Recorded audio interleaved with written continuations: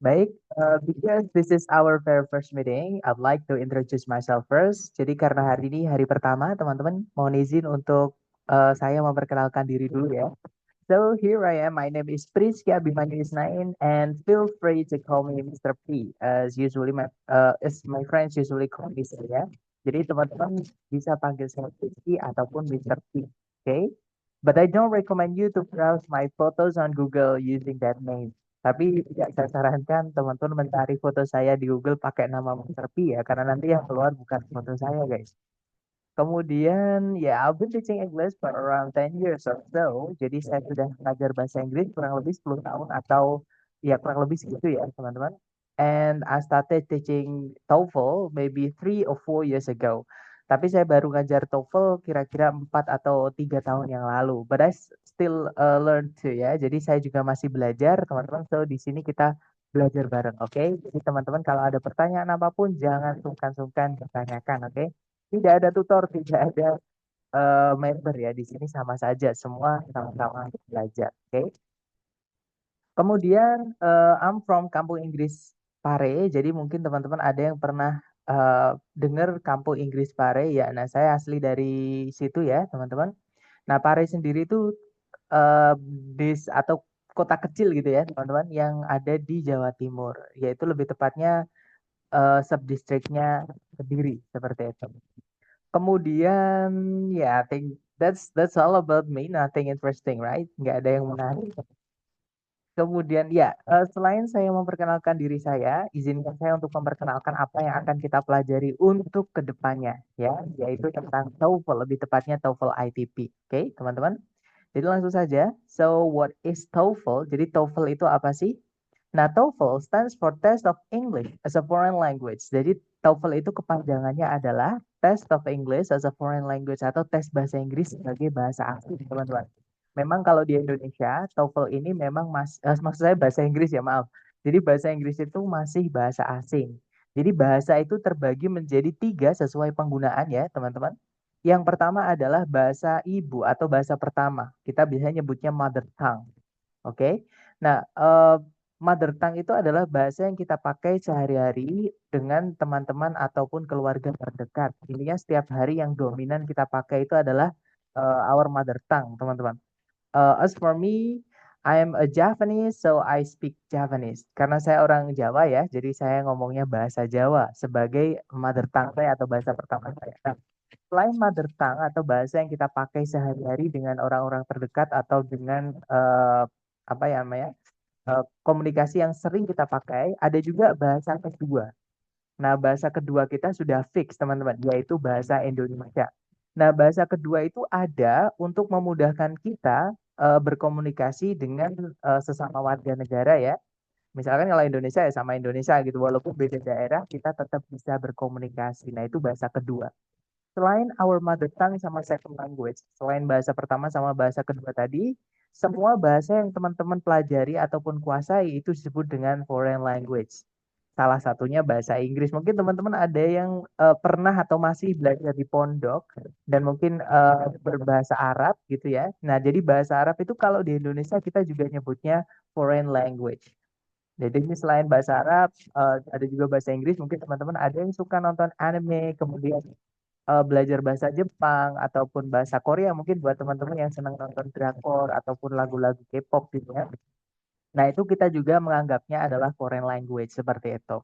Nah, salah satu foreign language sekali lagi adalah bahasa Inggris, oke? Dan tes bahasa Inggris itu banyak sekali, teman-teman. Cuman yang distandarisasikan oleh internasional atau dunia itu salah satunya adalah TOEFL ini. Nah, TOEFL ini dibuat oleh lembaga yang namanya adalah ETS. Oke, dan ETS ini kepanjangannya adalah Educational Testing Service yang ada di New Jersey, Amerika Serikat. Jadi TOEFL ini bukan buatan orang Indonesia ya, teman-teman. Ini buatan asli Amerika seperti itu. Dan TOEFL sendiri sudah ada sejak tahun 1964 sampai sekarang. Gitu ya.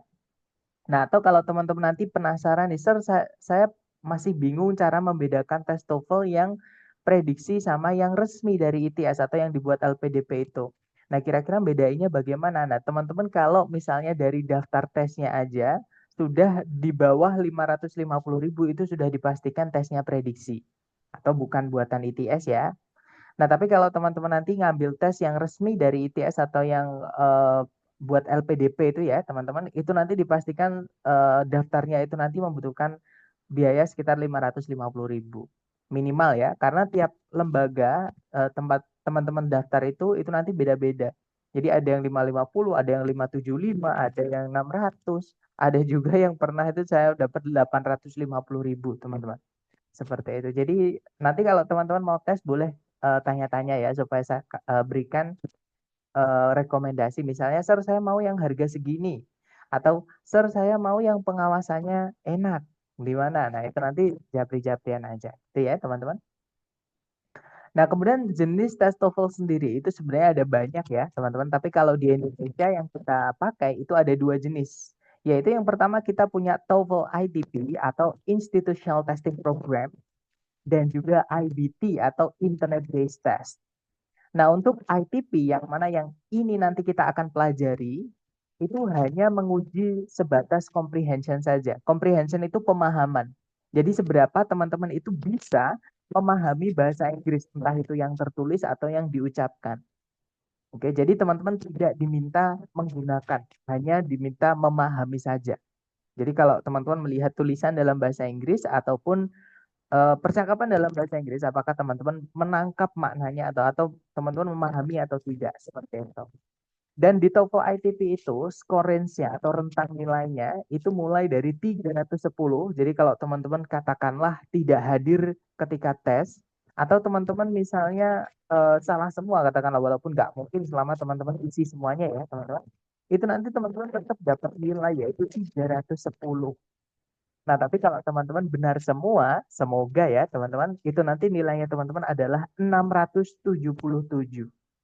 Oke.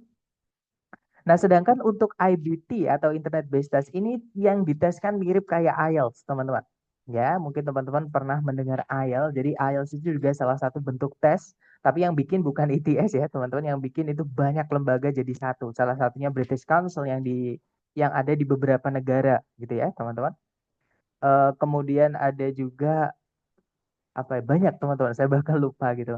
Nah, tapi kalau yang IBT, TOEFL IBT ini adalah produknya ITS juga, seperti itu. Nah, tapi yang diteskan sama kayak IELTS yaitu skill and mastery, yaitu kemampuan dan juga penguasaan teman-teman. Jadi kemampuan itu apakah teman-teman mampu menggunakan bahasa Inggris, entah itu yang tulisan ataupun yang lisan. Jadi yang teman-teman harus menulis ataupun teman-teman harus ngomong dalam bahasa Inggris. Dan juga mastery itu adalah kemampuan teman-teman memilih dan juga menggunakan uh, grammar yang tepat, kemudian kosakata yang sesuai, kemudian pronunciation atau pelafalan yang tepat dan lain-lain. Gitu ya. Dan untuk skor range-nya atau rentang nilainya di IBT nanti mulai dari 0 sampai 120. Jadi kalau teman-teman nggak hadir ya benar-benar nggak hadir atau misalkan katakanlah nggak bisa jawab itu nanti benar-benar 0 teman-teman. Tapi kalau teman-teman nanti bisa perfect ya performance-nya ataupun jawabannya juga bisa sempurna, itu nanti nilainya teman-teman adalah 120. Oke. Dan yang akan kita pelajari teman-teman dengan sistem ini ya yaitu sistem webinar atau juga dengan sistem singkat itu adalah TOEFL yang ITP. Karena kalau yang IBT, teman-teman membutuhkan waktu setidaknya 3 sampai 9 bulan. Tergantung kemampuan teman-teman dan juga usahanya sepertinya. Maksudnya kemampuan dasar itu teman-teman sebelum belajar IBT ataupun IELTS itu sudah punya bahasa Inggris atau belum. Kalau misalkan sudah, ada kemungkinan lebih cepat belajarnya selesainya. Tapi kalau teman-teman misalkan katakanlah belajar dari nol, itu tetap bisa teman-teman. Cuma nanti akan membutuhkan waktu dan usaha yang lebih seperti itu. Nah, makanya kita akan mempelajari yang ITP ini karena kita hanya diminta memahami, otomatis ada strategi cepat untuk mengerjakan, untuk memaksimalkan skor teman-teman. Seperti itu. Nah, di ITP nanti yang diujikan itu hanya 3 sections atau 3 bagian, teman-teman. Yang pertama ada bagian listening, di mana teman-teman nanti akan menjawab soal-soal berdasarkan audio yang teman-teman dengarkan. Dan di listening ini nanti total soalnya adalah 50 pertanyaan yang terbagi menjadi 3 ya, teman-teman. Dan setelah teman-teman selesai listening, nanti teman-teman akan lanjut ke structure. Nah, kalau di TOEFL sebenarnya yang bisa dipelajari singkat itu adalah structure ini, teman-teman. Jadi structure itu ibarat matematika gitu ya. Jadi ilmunya itu sudah pasti gitu, udah fix. Kalau A ya A, B, B seperti itu. Walaupun ada sedikit pengecualian. Oke. Nah, di structure nanti teman-teman diberikan waktu 25 menit untuk menyelesaikan 40 pertanyaan. Gitu ya. Nah, setelah structure selesai, teman-teman nanti akan lanjut ke reading. Nah, kalau di reading, teman-teman akan diberikan beberapa teks yang diikuti oleh beberapa pertanyaan setiap teksnya. Oke, nah teman-teman disuruh menjawab pertanyaan berdasarkan informasi yang di dalam teks tersebut. Oke, teman-teman. Dan di reading nanti total soalnya adalah 50. Jadi, TOEFL ITP itu soalnya ada 140 kalau digabungkan. Gitu ya, teman-teman. Nah, untuk pertemuan kita nanti, karena hari Sabtu dan Minggu kita off atau libur ya, teman-teman. Jadi kita aktif hari Senin sampai hari Jumat. Dan satu hari nanti kita akan ada 2 kali masuk ya, jam 3 sore atau 15 WIB ya. Dan juga bukan 19 karena maksudnya bulan Ramadan ya, teman-teman. Jadi setelah tarawih. Jadi kemungkinan kalau kemarin-kemarin sih tarawihnya di tempat saya selesainya jam 8 lebih 15 gitu, teman-teman. Maksudnya jam 8 selesai, tapi saya OTW dari masjid itu nanti ya biasanya saya lihat jam itu kalau udah sampai rumah jam 8.15. Jadi kemungkinan kalau sesi malam nanti kita startnya jam 8.15 gitu ya. Dan karena hari Sabtu Minggu kita libur, artinya 1 minggu kita hanya punya waktu 5 hari dan membahas 5 bab gitu ya. Dan kita karena 1 bulan itu ada 4 minggu, jadi kita punya 20 jatah. Dan hari ke-20 pun nanti teman-teman pakai untuk mengerjakan soal ujian yang diberikan oleh lembaga. Jadi teman-teman nanti di akhir kan dikasih tes prediksi sama lembaga gitu ya. Nah, jadi kita hanya punya waktu 19 hari. Nah, karena juga kan nanti pasti teman-teman juga ada ini ya, ada persiapan untuk hari Lebaran, biasanya anak-anak libur itu. Jadi nanti akan saya usahakan bisa selesai lebih cepat ya, teman-teman. Nah, jadi hari pertama sampai hari ke-10, artinya 2 minggu pertama ini nanti kita akan pakai untuk mempelajari structure, teman-teman. Oke, jadi di hari pertama ini nanti sampai 10 pertemuan ke depan, 10 hari ke depan, maksud saya, kita nanti akan mempelajari structure dulu. Dan di structure ini sudah saya urutkan, oke, dari materi yang paling mudah dan paling wajib. Jadi nomor 1 ini paling mudah walaupun paling wajib ya, teman-teman. Karena materi hari pertama ini nanti akan teman-teman selalu pakai di bab-bab selanjutnya. Gitu ya. Nanti pun saya jelaskan kenapa materi hari pertama ini selalu maksudnya paling wajib gitu, teman-teman. Atau selalu dipakai. Gitu ya. Semakin ke belakang, misalnya hari kedua, hari ketiga, hari keempat, sampai ke belakang ini nanti semakin materinya itu tidak penting. Maksudnya tidak penting itu misalnya ya, teman-teman, hari kedua ada kata conjunction atau bab kita nanti membahas tentang konektor, kata hubung. Nah, kata hubung itu di dalam kalimat tidak wajib. Sedangkan subjek predikat itu wajib. Jadi makanya saya bilang tadi, semakin ke belakang nanti materi kita itu semakin tidak penting, teman-teman. Tapi materinya semakin sulit. Nah, terutama kalau teman-teman nanti belajarnya loncat-loncat, saya pastikan teman-teman akan kesulitan. Ya, jadi misalnya teman-teman katakanlah di hari ketiga berhalangan hadir. Saran saya teman-teman ikuti dulu rekaman hari ketiga, baru mengikuti atau melanjutkan materi ke hari keempat. Supaya tidak bingung. Seperti itu. Gitu ya. Nah, nanti teman-teman akan saya berikan rekaman juga supaya teman-teman kalau mau mereview kira-kira hari pertama, kedua apa-apa, nanti teman-teman silahkan melihat rekamannya, gitu ya. Kemudian di hari ke-11 sampai hari ke-13 kita nanti akan mempelajari listening, teman-teman. Nah, di hari ke-11 kita belajar listening yang bagian pertama, listening bagian kedua di hari ke-12, dan hari ke-13 itu listening bagian ketiga. Nah, tapi karena materi hari ke-12 ini sedikit ya, teman-teman, ini nanti bisa kita rangkap dengan hari ke-13. Jadi satu pertemuan. Oke, jadi yang harusnya 3 pertemuan bisa kita rangkap menjadi 2 pertemuan tanpa ada materi yang terlewat seperti itu. Kemudian di reading pun yang rencana awalnya seperti ini ya. Jadi di reading itu teknik mengerjakannya teman-teman harus mengenali soalnya, teman-teman. Jadi kita akan mempelajari soal-soalnya dan bagaimana cara mengerjakannya. Nah, saya menemukan cara yang lebih mudah lagi atau lebih sederhana lagi, yang harusnya 6 bab itu bisa kita selesaikan menjadi 3 bab. Nah, 3 bab itu bisa kita kita tempuh dalam 2 pertemuan.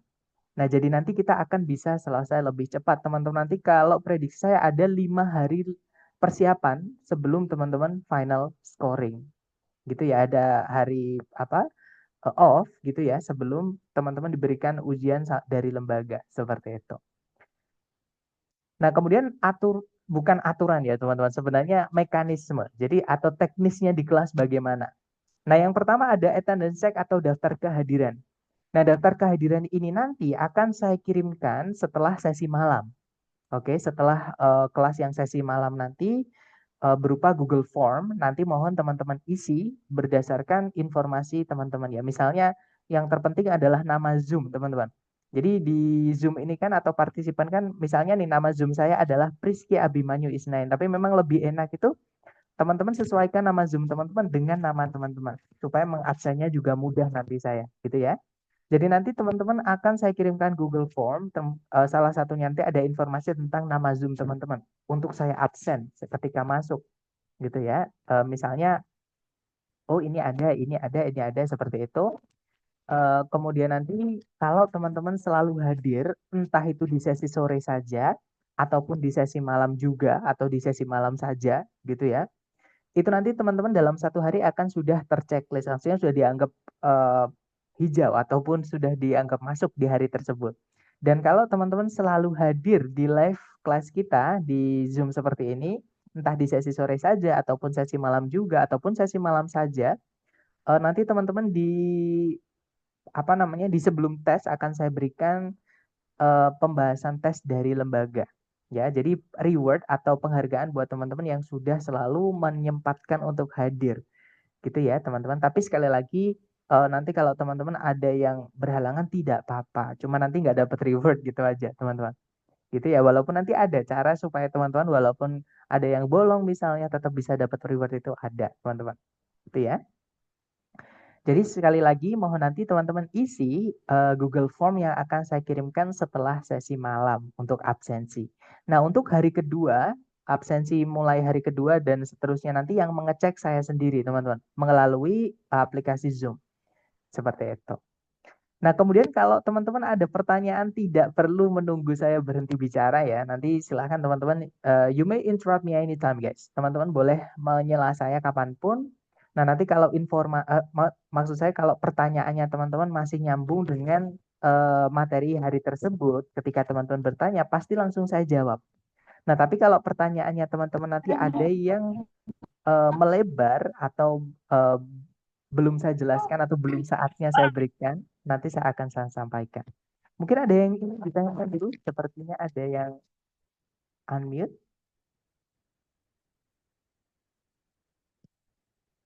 sepertinya tidak ada ya. Baik, kalau gitu saya lanjutkan, teman-teman. Sekali lagi nanti kalau teman-teman ada pertanyaan, boleh langsung interrupt saja atau salah saja nggak apa-apa. Gitu ya. Nanti kalau misalkan pertanyaannya masih nyambung, saya jawab di hari tersebut. Tapi kalau misalnya pertanyaannya nanti melebar, nanti akan saya sampaikan. Itu kita bahas di hari kesekian. Oke, takutnya kalau teman-teman nanti ada yang benar-benar belajar dari nol, terus kita langsung ditumpahkan semua dalam satu pertemuan, takutnya tambah bingung. Gitu ya, teman-teman. Jadi saya nanti akan menjawab khusus yang materi di hari tersebut. Maksudnya yang nyambung dengan hari tersebut.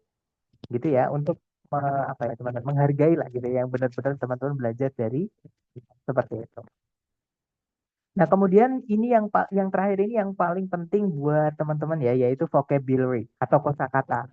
Nah, jadi kuncinya di TOEFL itu sebenarnya bukan grammarnya teman-teman harus bagus, enggak, teman-teman. Atau pronunciation-nya harus bagus, enggak. Tapi teman-teman kalau punya vocab yang banyak atau teman-teman tahu kosakata dalam bahasa Inggris itu lumayan banyak, itu akan memudahkan teman-teman dalam mengerjakan TOEFL.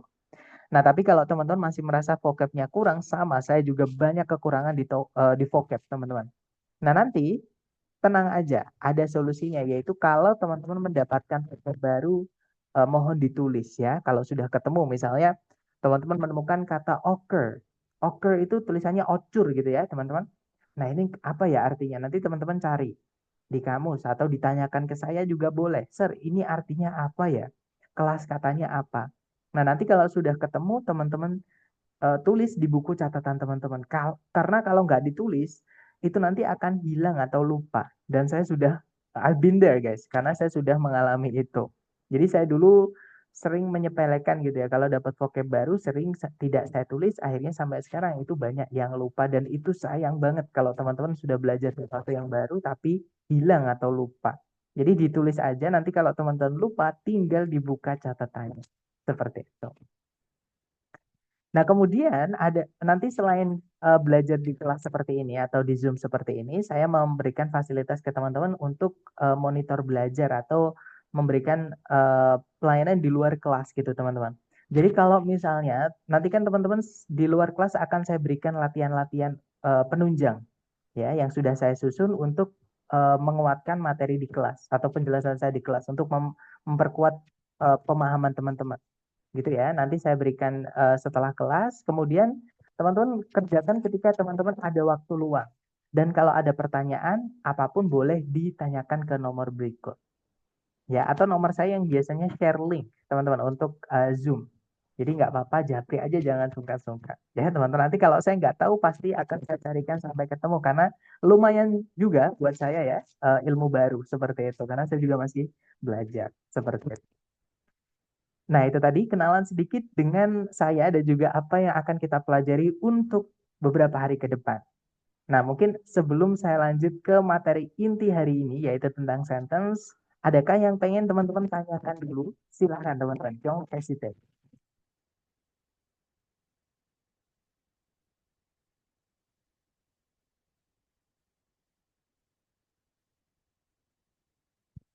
Sepertinya tidak ada pertanyaan ya. Oke deh, kalau nggak ada pertanyaan, it's fine. Kita lanjut ke materi inti hari ini, yaitu tentang sentence atau kalimat. Nah, mungkin sebelum saya menjelaskan tentang sentence atau kalimat, pertanyaannya adalah kenapa kita wajib atau kita harus mempelajari sentence atau kalimat ini, teman-teman. Nah, jadi di soal structure nanti, kita mulai dulu di structure ya, teman-teman. Nah, di soal structure nanti, teman-teman akan diminta untuk melengkapi bagian kalimat yang hilang.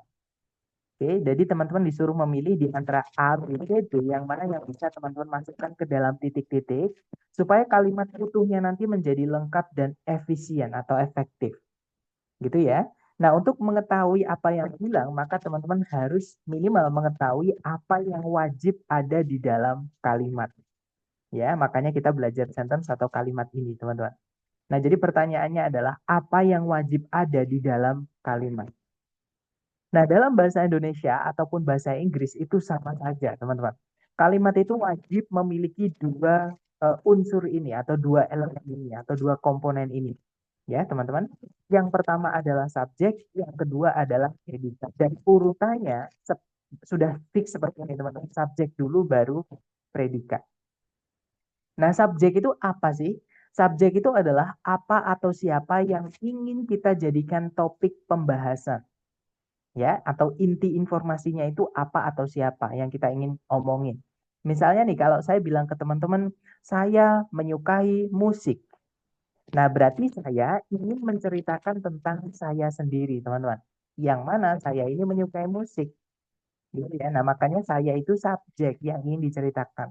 Misalnya lagi, saya bilang ke teman-teman, rambutmu bagus sekali. Your hair looks good atau your hair looks nice. Nah, berarti saya ingin menceritakan tentang rambut teman-teman. Nah, makanya rambutnya teman-teman di kalimat tersebut itu sebagai subjek, gitu ya. Atau misalnya saya terakhir ya, contohnya teman-teman, saya bilang ke teman-teman, Wawan adalah pengusaha yang berhasil. Adalah seorang pengusaha yang berhasil. Nah, di kalimat tersebut yang ingin saya ceritakan ke orang yang mendengarkan cerita tersebut adalah tentang Wawan. Nah, jadi tentang apa atau tentang siapa di dalam sebuah informasi itu sebutnya adalah subjek. Ya, teman-teman. Nah, kemudian selain subjek, kalimat itu juga wajib memiliki yang namanya predikat. Jadi predikat itu ada apa dengan si subjek. Karena nggak mungkin kita hanya ketemu orang nih. Misalnya saya ketemu sama Pak A misalnya. Terus saya bilang ke Pak A, Wawan. Terus saya diem. Pasti Pak A bingung teman-teman. Kalau nggak gitu dia nungguin. Kalau nggak gitu dia tanya, ada apa dengan Wawan? Kenapa sih Wawan gitu? Nah, ada apa dengan Wawan itu disebut predikat. Jadi informasi itu biar supaya lengkap, itu wajib punya subjek sama predikat. Ya, teman-teman, kalau objek tidak selalu ada. Keterangan pun itu ada nggak apa-apa, tidak juga tidak apa-apa. Tapi kalau subjek dan predikat di dalam kalimat itu wajib ada. Jadi yang teman-teman harus pastikan ada di dalam soal itu nanti dua ini dulu. Ada nggak subjeknya? Ada nggak predikatnya? Kalau misalnya nggak ada ya teman-teman harus carikan yang hilang gitu. Gitu ya. Nah sekarang pertanyaannya adalah bagaimana kita bisa mengenali apakah itu subjek, apakah itu predikat, atau yang mana subjek, yang mana predikat. Nah, selain urutannya tadi ya, teman-teman. Jadi subjek predikat itu urutannya sudah fix SP atau subjek dulu baru predikat, gitu ya. Nah, cara mengenalinya selain itu adalah dengan mengetahui kelas katanya. Nah, jadi kalau subjek itu dibuatnya dari yang pertama dari kelas kata yang namanya noun. Noun gitu ya, teman-teman. Jadi noun itu artinya adalah kata benda. Nah, semua yang diciptakan Tuhan atau semua yang teman-teman bisa lihat, raba, terawang, putar, jilat, celupin, itu semuanya adalah kata benda. Ya, teman-teman, misalnya nih ada buku, ada meja, ada tas, ada handphone, ada roti, tapi jangan dicoba ya, teman-teman belum buka buat yang muslim, I'm sorry. Seperti itu. Nah, jadi semua yang diciptakan Tuhan atau semua yang bisa dilihat, diraba, diterawang, diputar, dijilat, dicelupin itu adalah kata benda, teman-teman. Nah, atau contoh yang di layar saya berikan di situ ada bird, artinya burung yang terbang itu, teman-teman. Ya, water artinya air yang mengalir itu. Buildings artinya bangunan-bangunan. Jadi kalau teman-teman menemukan ada kata benda kok ditambahkan dengan s atau es, nah berarti kata benda itu jamak, teman-teman. Kayak contohnya building itu kan artinya bangunan. Kalau buildings artinya bangunan-bangunan seperti itu. Nah, river artinya sungai, forest, hutan, atmosphere, atmosfer, classroom, ruangan kelas, dan masih banyak lagi. Nah, kalau teman-teman lihat di sekeliling teman-teman itu semuanya adalah kata benda. Tembok, meja, laptop, handphone, mouse misalnya, dan lain-lain itu adalah kata benda semuanya. Nah, itu bisa jadi subjek ketika diletakkan di sebelumnya predikat. Gitu ya. Nah, kemudian berikutnya, selain noun atau kata benda yang bisa jadi subjek adalah kata ganti atau istilahnya kalau di buku grammar itu namanya pronoun, teman-teman. Nah, pronoun itu fungsinya adalah menggantikan noun. Ya, misalnya kata dia, misalnya kata mereka, ya kan? Nah, itu menggantikan kata benda. Nah, contoh kata ganti yang sering keluar di TOEFL structure adalah yang pertama ada he, she, atau it. Nah, he itu artinya dia. Kalau dianya itu yang kita maksud cowok ya, misalnya si Wawan tadi, teman-teman. Itu kalau diganti pakainya he. Dia laki-laki.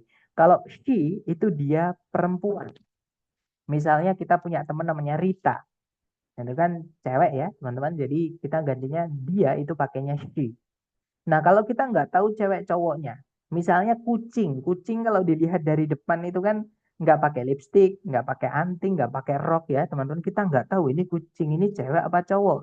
Nah, kalau jumlahnya satu, teman-teman mau bilang kucing itu atau dia, itu teman-teman pakainya it. Atau misalnya benda mati yang memang juga punya cewek cowok, teman-teman. Misalnya headset, misalnya laptop itu kan nggak ada cewek cowoknya ya. Jadi untuk bilang nanti it seperti itu.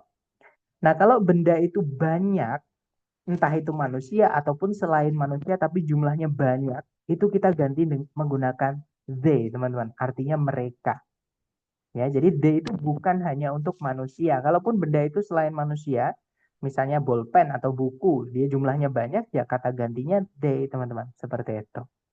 Nah, kemudian kadang juga keluar nih, those artinya itu tapi banyak, teman-teman ya. Ones artinya mereka, bisa orang-orang, bisa benda-benda. Others artinya yang lain-lain. Nah, ini semua adalah kata ganti yang sering keluar di TOEFL structure seperti itu. Nah, kemudian selain subjek tadi harus ada predikat ya kan? Nah, predikat itu dibuatnya dari kelas kata apa? Kalau predikat itu wajib dibuatnya dari kata kerja atau verb ya. Nah, kata kerja itu apapun yang dilakukan oleh benda, teman-teman. Jadi semua benda itu pasti melakukan sesuatu. Walaupun benda itu benda mati, misalnya angin, teman-teman. Angin itu kan benda mati ya. Nah, angin itu mengalami atau melakukan suatu verb atau pekerjaan yaitu berhembus. Bahasa Inggrisnya adalah blow. Jadi wind blows gitu ya. Nah, blow itu adalah kata kerja. Contoh nih kata kerja yang sederhana dalam kehidupan sehari-hari. Bernafas, itu kata kerja, teman-teman. Belajar, kemudian berkedip, melihat, berenang, berlari, makan, minum, berpuasa, itu semuanya adalah kata kerja. Gitu ya. Nah, untuk kata kerja yang sering keluar di TOEFL structure, yang pertama ada kata occur yang tadi saya sampaikan ya. Occur itu adalah artinya bisa terjadi, bisa ada. Oke. Kemudian ada produce artinya memproduksi. Revert to. Nah, biasanya kata kerja itu gandeng dengan preposisi setelahnya, teman-teman. Tapi itu dianggap satu, namanya phrasal verb, gitu ya. Revert to itu artinya merujuk pada, misalnya lagi ada depend on, listen to, dan sebagainya. Ya. Contohnya berikutnya ada consist of. Sama, itu juga phrasal verb, artinya terdiri dari. Improve artinya meningkatkan. Atau meningkat juga bisa, atau membaik, seperti itu. Dan masih banyak lagi teman-teman. Misalnya berlari, run. Misalnya tidur, sleep. Misalnya makan, eat. Dan lain-lain. Itu semuanya adalah kata kerja. Nah, mungkin teman-teman ada yang pernah belajar TOEFL sebelumnya ya. Dan tutornya mungkin menyebutnya subject verb. Sir, kenapa nggak disebut subject verb aja sih, Sir? Kan lebih sederhana. Nah, saya takutnya semua verb atau semua kata kerja yang teman-teman temukan di dalam soal structure dianggap sebagai predikat, padahal tidak, teman-teman. Ya. Nah, jadi dalam bahasa Inggris itu kata kerja itu bisa berbentuk macam-macam. Ya, ini adalah bentuk-bentuk kata kerja yang akan teman-teman temui dalam bahasa Inggris. Itu bisa verb 1, bisa verb 2, bisa verb 3, bisa verb SIS, bisa verb ing, bisa to verb 1 dan juga auxiliary dan verb gandengannya. Oke. Nah, tidak semua bentuk kata kerja ini bisa jadi predikat, teman-teman. Nah, kata kerja yang bisa jadi predikat yang mana saja? Yaitu verb 1, verb 2, verb SIS, dan juga auxiliary verb saja. Kalau teman-teman menemukan ada verb 3 yang berdiri sendiri tanpa auxiliary sebelumnya, verb ing yang berdiri sendiri tanpa auxiliary sebelumnya, dan juga to verb 1 itu bukan predikat. Nah, saya menghindari menyebutkan subject verb.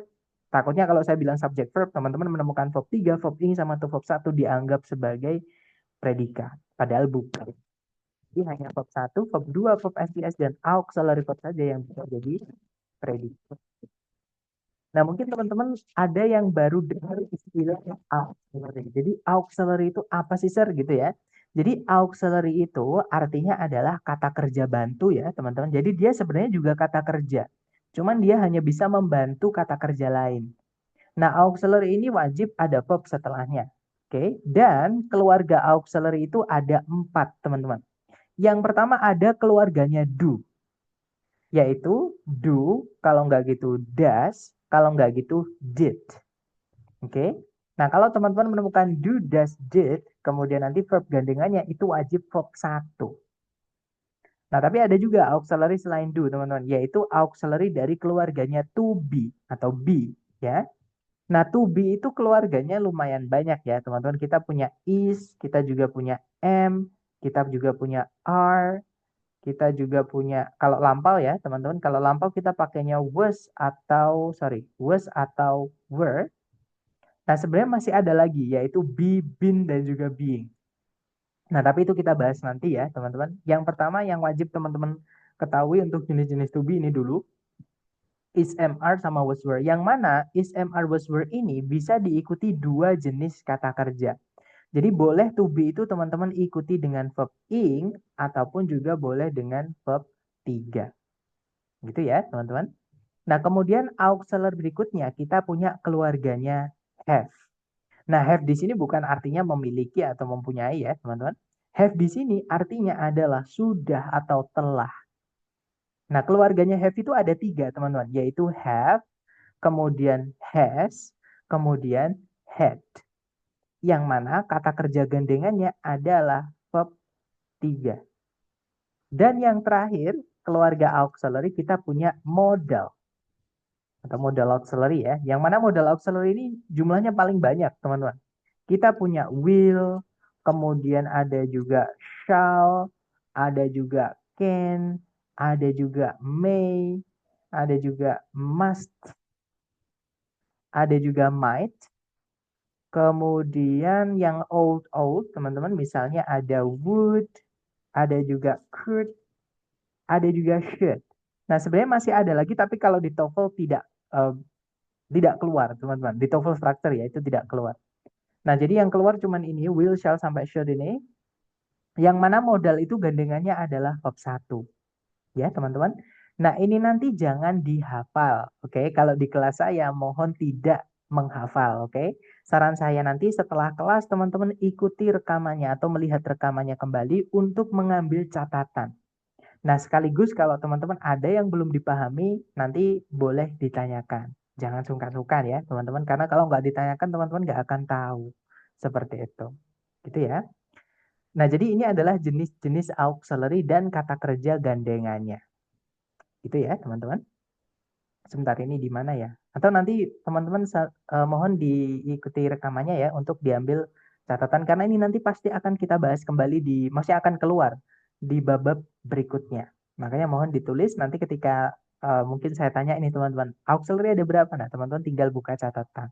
Itu nanti akan lebih hafal daripada teman-teman harus hafal. Seperti itu. Jadi ditulis dengan tulisan teman-teman sendiri, teman-teman nanti sering dibaca itu akan lebih nempel, lebih ya. Nah, sekarang gini, teman-teman juga harus hati-hati kan tadi kan saya sampaikan misalnya ya, teman-teman, ini adalah auxiliary. Jadi auxiliary itu wajib punya kata kerja yang dijelaskan atau setelah auxiliary itu harus ada kata kerjanya setelahnya. Gitu ya, teman-teman. Tapi kalau teman-teman menemukan kata do, does, did, is, am, are atau was, were, has, had, nah itu kalau modal itu sudah fix ya, dia pasti auxiliary, teman-teman. Tapi kalau misalnya teman-teman menemukan do, does, did, is, am, are, was, were, have, has, had, itu belum tentu mereka auxiliary, teman-teman. Ya, karena belum tentu setelahnya ada kata kerjanya. Nah, contohnya misalnya kita mau bilang I have a dream. Saya memiliki sebuah cita-cita. Nah, itu have-nya bukan auxiliary, teman-teman ya. I have a dream itu have-nya kata kerja inti, dia verb 1 artinya memiliki. Nah, dalam bahasa Inggris itu memang nggak enaknya kadang satu kata memiliki banyak arti. Contohnya nih ada kata water, teman-teman. Water itu bisa air, bisa juga menyirami. Kalau air dia kata benda, kalau menyirami dia kata kerja. Gitu ya. Nah, sama kalau do itu bisa yang tidak punya arti, berarti dia auxiliary ya, setelahnya nanti diikuti verb 1. Tapi do juga bisa artinya melakukan. Misalnya, I do the dishes every morning. Saya membersihkan piring-piringnya atau apa teman-teman, mencuci piring-piringnya setiap pagi. Nah, itu do-nya diikuti oleh kata benda dishes. Artinya, maksudnya dishes di situ itu bukan makanan-makanan ya, tapi itu artinya adalah eh, alat-alat makan. Seperti alat-alat makan yang kotor itu kita nyebutnya juga dishes. Gitu ya. Jadi sekali lagi, kayak misalnya teman-teman melihat atau mendengarkan orang Inggris bilang I am fine. Nah, pastinya teman-teman sering ya mendengarkan atau mengucapkan I am fine ini terutama di sekolah dulu. I am fine itu caranya kita bilang saya baik-baik saja, teman-teman. Nah, M-nya di situ ini bukan auxiliary karena setelahnya bukan diikuti kata kerja. Ya, I am fine itu fine-nya artinya adalah baik-baik saja. Dia kata sifat, teman-teman. Kata sifat itu menunjukkan keadaan. Jadi bendanya itu bagaimana. Nah, kenapa kok harus ada M di situ, Sir? Padahal M-nya itu kan nggak ada artinya. Kita mau bilang saya baik-baik saja. Nah, kembali ke kalimat tadi, teman-teman. Kalimat itu wajib punya predikat, dan dalam bahasa Inggris, predikat itu wajib dibuat dari kata kerja. Makanya kalau pesan yang kita sampaikan itu tidak memiliki informasi berupa kata kerja, contohnya saya baik-baik saja, ya itu dimasukkan kata kerja yang tidak punya arti, yaitu dari keluarganya to be. Tapi sekali lagi itu bukan auxiliary, ya teman-teman. Contohnya I am fine, saya baik-baik saja. Saya di sini, bahasa Inggrisnya I am here. Ya, karena kalau I hear itu salah teman-teman, nanti kalimatnya tidak punya predikat. Karena hear artinya di sini itu keterangan tempat, bukan kata kerja.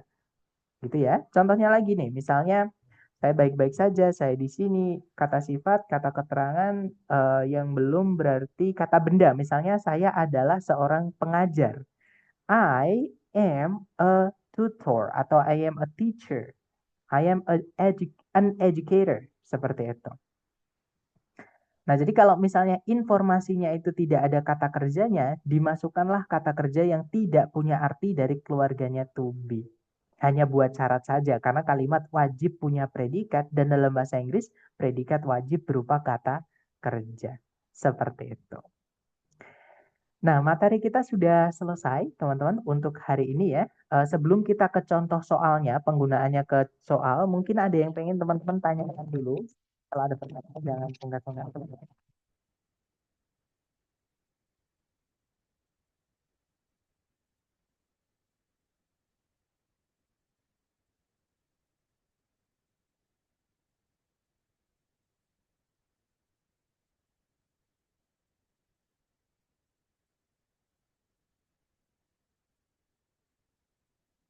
Oke, di chat ada pertanyaan dari Miss Aisyah. Pak, mohon maaf, mau tanya tentang top 1, top 2, top 3 itu apa ya? Saya kurang paham. Oke, jadi ini salah satu perbedaan bahasa Inggris sama bahasa Indonesia, teman-teman. Memang bahasa Indonesia itu kalau kita mau bilang makan itu kan cuma makan, gitu ya, teman-teman. Tapi kalau kita bahasa Inggris kan, makan itu nanti bentuknya banyak sekali. Bisa verb satu. Verb satu itu kata dasarnya atau kata kerja yang memang eh, tidak apa namanya, tidak mengalami perubahan. Contohnya bahasa Inggrisnya makan kan eat, teman-teman. Nah, eat itu adalah bentuk verb satu. Nah, kalau verb 2 itu adalah bentuk lampau. Jadi kalau dalam bahasa Inggris itu ada konsep namanya tenses, teman-teman. Jadi caranya menyatakan fakta ataupun rutinitas ya dengan kejadian di masa lalu atau yang terjadi di masa lampau itu berbeda. Nah, kalau kita menyampaikan di masa lalu, itu kita harus rubah kata kerjanya itu menjadi verb 2. Nah, bentuk verb 2 atau past tense atau past verb dari it adalah ate. Ya. Kemudian verb 3. Nah, ini masalah vocab, teman-teman. Ini bukan grammar ya, tapi ini vocab. Nah, vocab ini harus teman-teman gali atau apa ya, perdalam dengan sering-sering latihan, sering-sering menemukan kata-kata dalam bahasa Inggris, terutama kata kerja, kemudian teman-teman cari. Dan kalau teman-teman nanti misalnya sudah menemukan kata kerja tersebut atau kata apapun itu ya, entah kata kerja, kata benda, itu teman-teman tulis untuk memperkaya. Nah, tapi fokus ke kata kerja tadi, sekali lagi dalam bahasa Inggris, kata kerja itu caranya mau bilang makan itu ada banyak, teman-teman. Sesuai konteksnya itu beda-beda. Nah, verb 3 dari makan itu adalah eaten. Kemudian verb SES dari makan itu adalah eats. Kemudian verb ing dari makan itu adalah eating. Kemudian ada to verb 1 dari makan itu adalah to eat. Kemudian auxiliary verb dari makan misalnya ya, karena auxiliary kan tadi banyak teman-teman ya. Saya kasih 4 aja. Yang pertama misalnya do not eat misalnya. Tidak makan itu do not eat atau does not eat misalnya. Nah, kemudian to be misalnya is not eating. Kemudian yang have tadi misalnya has eaten. Kemudian yang modal misalnya can eat. Misalnya seperti ini. Nah, jadi caranya bilang makan dalam bahasa Inggris itu tergantung konteksnya. Ya, jadi dia bisa verb 1 misalnya eat, bisa verb 2 yaitu eat, bisa verb 3 eaten, bisa verb SES eats, bisa verb ing eating, bisa to verb 1 to eat, ataupun auxiliary verb. Nah, auxiliary verb tergantung. Tadi kan sudah saya sampaikan jenis-jenis auxiliary dan gandengannya ya, teman-teman. Jadi kalau makan pakai do ya do eat. Kalau pakai to be bisa is eating, bisa is eaten. Kalau pakai have ya bisa has eaten. Kalau pakai modal misalnya can eat. Karena modal harus diikuti verb 1. Seperti itu. Gimana Miss Aisyah? Apakah dapat maksud saya, Miss? Memang dalam bahasa Indonesia kita nggak punya, Miss. Makan itu dalam bahasa Indonesia ya kita makan saja. Nah, tapi kalau dalam bahasa Inggris itu kata kerja terutama yaitu mengalami perubahan yang paling banyak, paling sering berubah-berubah seperti itu. Nah, setiap perubahan itu penggunaannya beda-beda. Nah, cuman itu tidak terlalu keluar di TOEFL yang resmi dari ITS itu tidak makanya perubahan-perubahan atau perbedaan-perbedaan ini tidak terlalu tidak pernah atau tidak sering keluar seperti itu ya. Jadi yang perlu teman-teman ketahui yang mana yang bisa jadi predikat sama yang mana yang tidak seperti itu.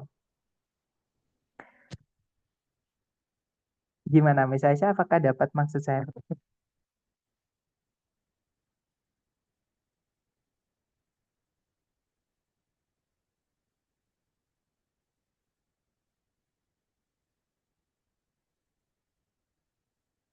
Oke, dapat ya. Baik. Kemudian ada pertanyaan dari Miss Frida, yaitu Kak, contoh verb 3 yang bukan verb apa ya? Nah, kalau verb 3 itu bukan bukan predikat, bukan verb ya, teman, tapi bukan predikat. Tapi memang kalau di dalam kalimat, kenapa kok dia tidak bisa jadi predikat? Karena verb 3 yang berdiri sendiri, teman-teman, itu sudah bukan lagi verb memang. Itu sudah berubah menjadi kata sifat atau namanya participle. Gitu ya. Nah, itu materi kita hari ke-10. Jadi nggak apa-apa. Saya bocorkan sekarang kenapa verb 3 yang berdiri sendiri tanpa auxiliary sebelumnya itu nggak bisa jadi predikat. Karena dia berubah menjadi kata sifat. Contohnya eaten. Contohnya lagi, misalnya minum. Minum itu verb 3-nya drunk. Misalnya lagi, apalagi teman-teman. Misalnya karena kalau berlari itu sama ya. Verb 1 sama verb 3-nya sama. Yang beda hanya verb 2-nya, teman-teman. Misalnya lagi adalah jatuh. Jatuh itu bisa fallen, gitu ya. Misalnya lagi terbit. Terbit itu reason, seperti itu. Gitu ya, teman-teman. Nah, ini adalah contoh-contoh kata kerja bentuk ketiga. Seperti itu, Mister. Sorry, seperti itu. Gimana? Apakah menjawab pertanyaannya, Mas?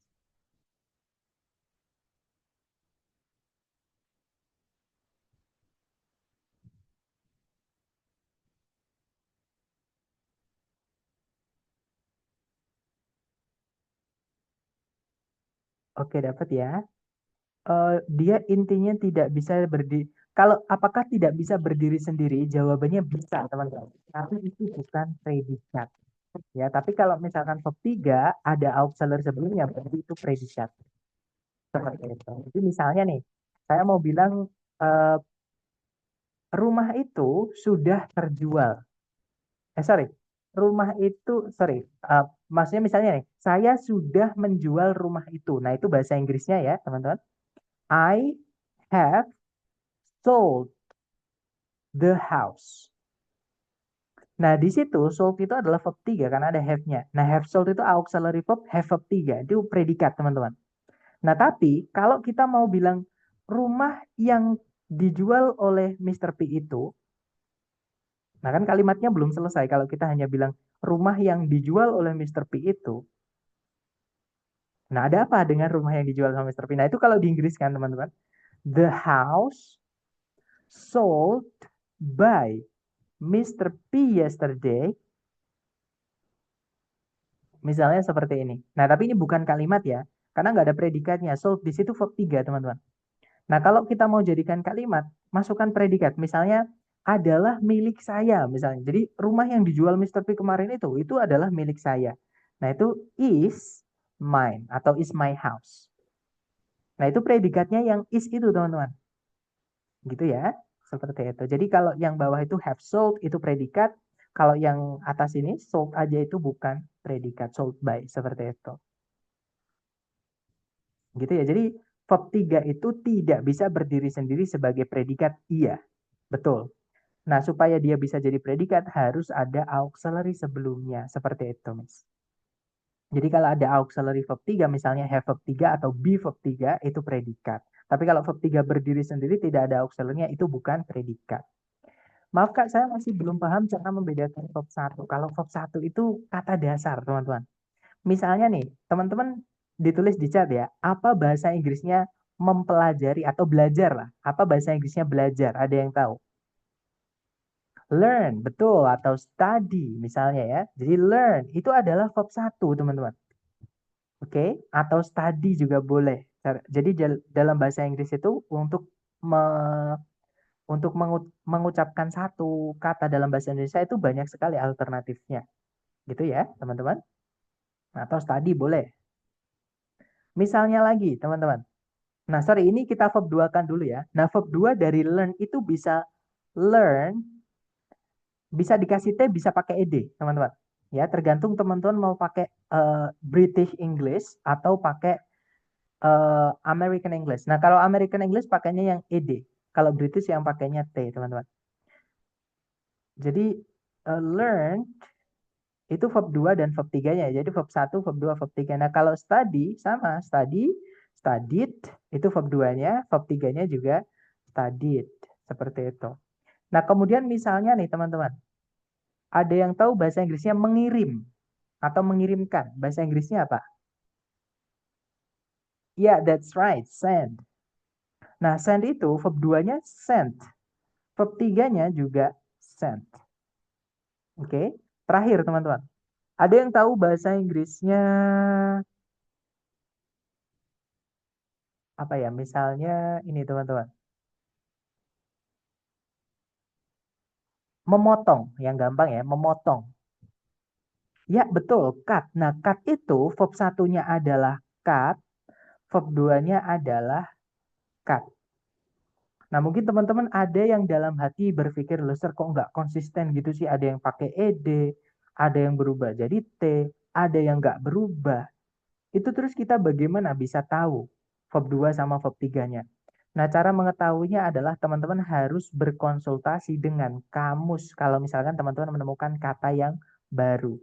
Nah, kamus yang kita pakai itu adalah kamus Longman ya, karena dia yang bikin juga Amerika, teman-teman. Sama seperti TOEFL. TOEFL itu juga bikinan Amerika. Nah, walaupun teman-teman kalau mau pakai Oxford juga nggak apa-apa, mau pakai Cambridge juga nggak apa-apa. Ya, yang pasti pakai kamus yang monolingual. Monolingual itu bahasa Inggris ke bahasa Inggris. Nah, karena itu sudah pasti itu adalah buatan orang sana. Kayak KBBI, teman-teman. Kamus Besar Bahasa Indonesia itu kan nggak ada bahasa asing ya. Bahasa Indonesia dengan bahasa Indonesia. Kayak penjelasan gitu. Misalnya kita cari kata cut. Nah, cut itu kalau kita cek ya itu adalah verb atau kata kerja, teman-teman. Nah, untuk mengetahui verb 2 itu istilahnya adalah past tense. Jadi past tense itu adalah verb 2. Nah, tapi kalau past participle itu adalah verb 3. Nah, di sini disebutkan past tense berarti verb 2 ya, dan juga past participle itu berarti verb 3. Dari cut itu adalah cut sendiri. Nah, kalau present participle itu adalah bentuk verb ing. Nah, bentuk verb ing dari cut adalah cutting. Seperti itu. Nah, contoh lagi yang bentuknya itu berubah-ubah, teman-teman, yaitu eat. Yang gampang juga ya. Jadi eat itu verb satu itu eat ya kata dasar itu. Jadi verb satu itu yang tidak mengalami perubahan. Jadi kalau kata apa bahasa Indonesia kita Inggriskan kata kerja ya, tapi teman-teman itu sudah pasti verb satu. Makan itu eat itu verb satu. Belajar itu learn atau study berarti itu verb satu. Kemudian berenang itu swim itu juga verb satu. Gitu ya. Nah, verb 2 itu adalah past tense tadi. Nah, verb 2 dari it adalah at atau bacanya it atau eight gitu ya, teman-teman, seperti itu.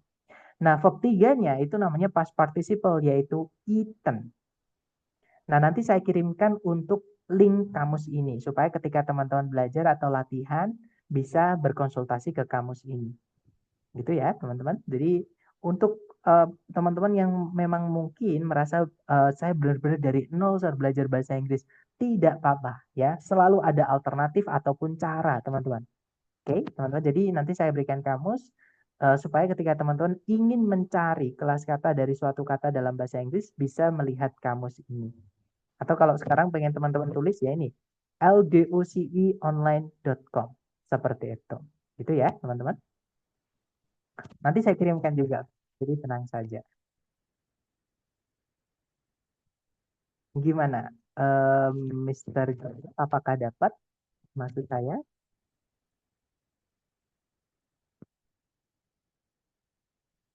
Jadi memang dalam bahasa Inggris ini sekali lagi ini vocab ya. Dan vocab itu yang saya sampaikan di awal tadi teman-teman. Ini adalah yang paling penting buat teman-teman. Nah, vocab itu diperkaya dari latihan, latihan, latihan, dan mohon ditulis. Jadi kalau teman-teman menemukan kosakata baru dalam bahasa Inggris, ditulis. Karena kalau nggak ditulis, saya pastikan itu nanti bakal hilang atau lupa.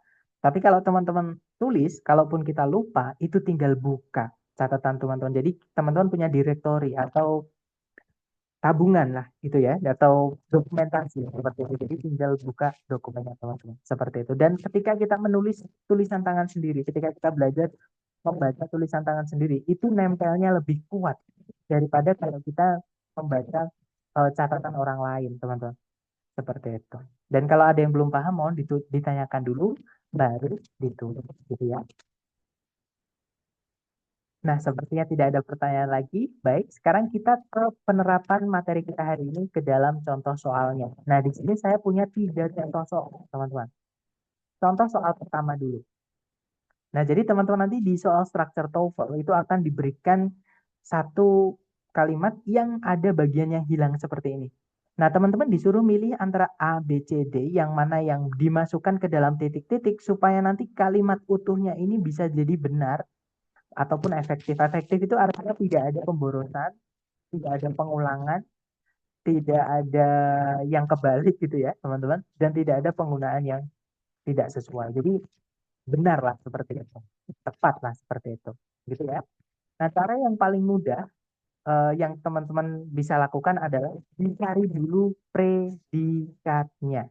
Teman-teman masih ingat ya tadi, predikat itu dibuat dari kata kerja, lebih tepatnya adalah verb 1, verb 2, verb SIS, ataupun auxiliary verb. Nah, pertanyaan saya ke teman-teman, adakah teman-teman menemukan kata kerja di soal? Kalau ada, kira-kira yang mana, teman-teman? Jangan takut salah ya, teman-teman coba dulu aja nggak apa-apa.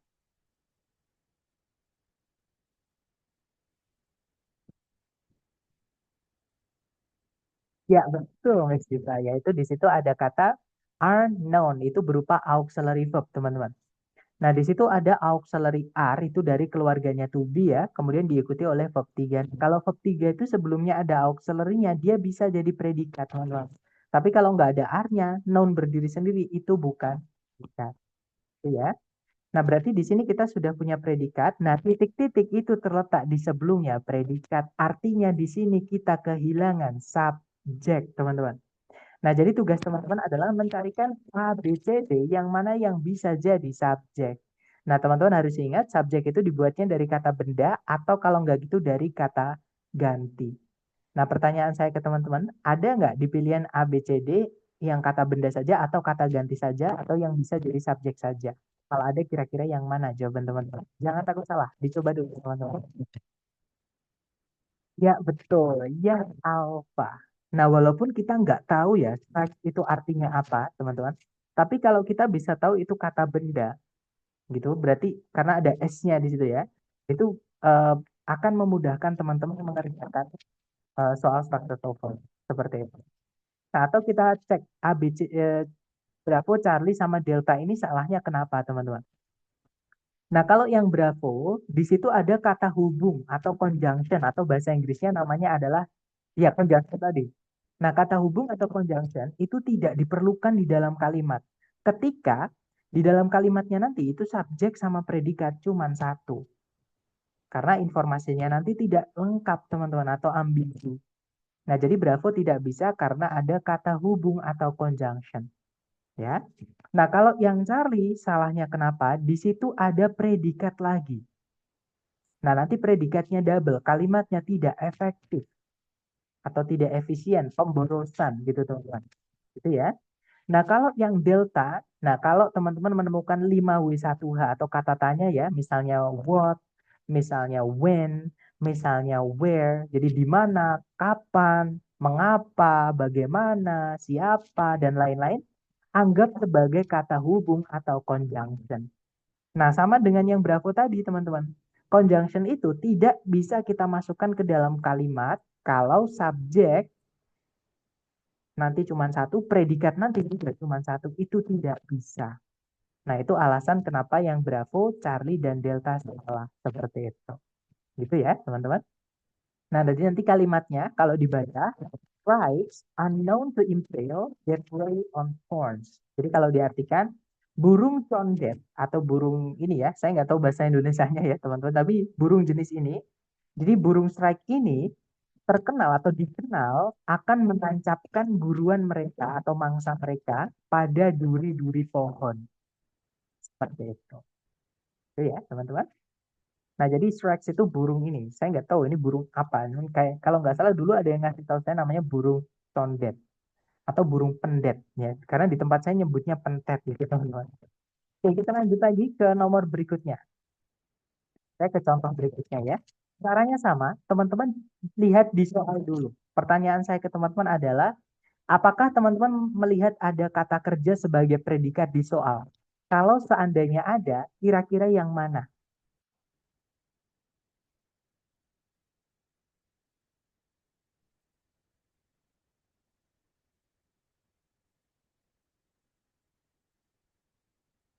Tidak ada predikat. Betul, Mas Gita. Nah, berarti karena kalimat itu kan wajib punya predikat, teman-teman, ya kan? Berarti di titik-titik harus kita carikan predikat. Nah, selain predikat, kalimat juga wajib punya yang namanya subjek. Pertanyaan saya ke teman-teman nih, adakah subjek di sebelum titik-titik? Kalau ada, kira-kira yang mana, teman-teman?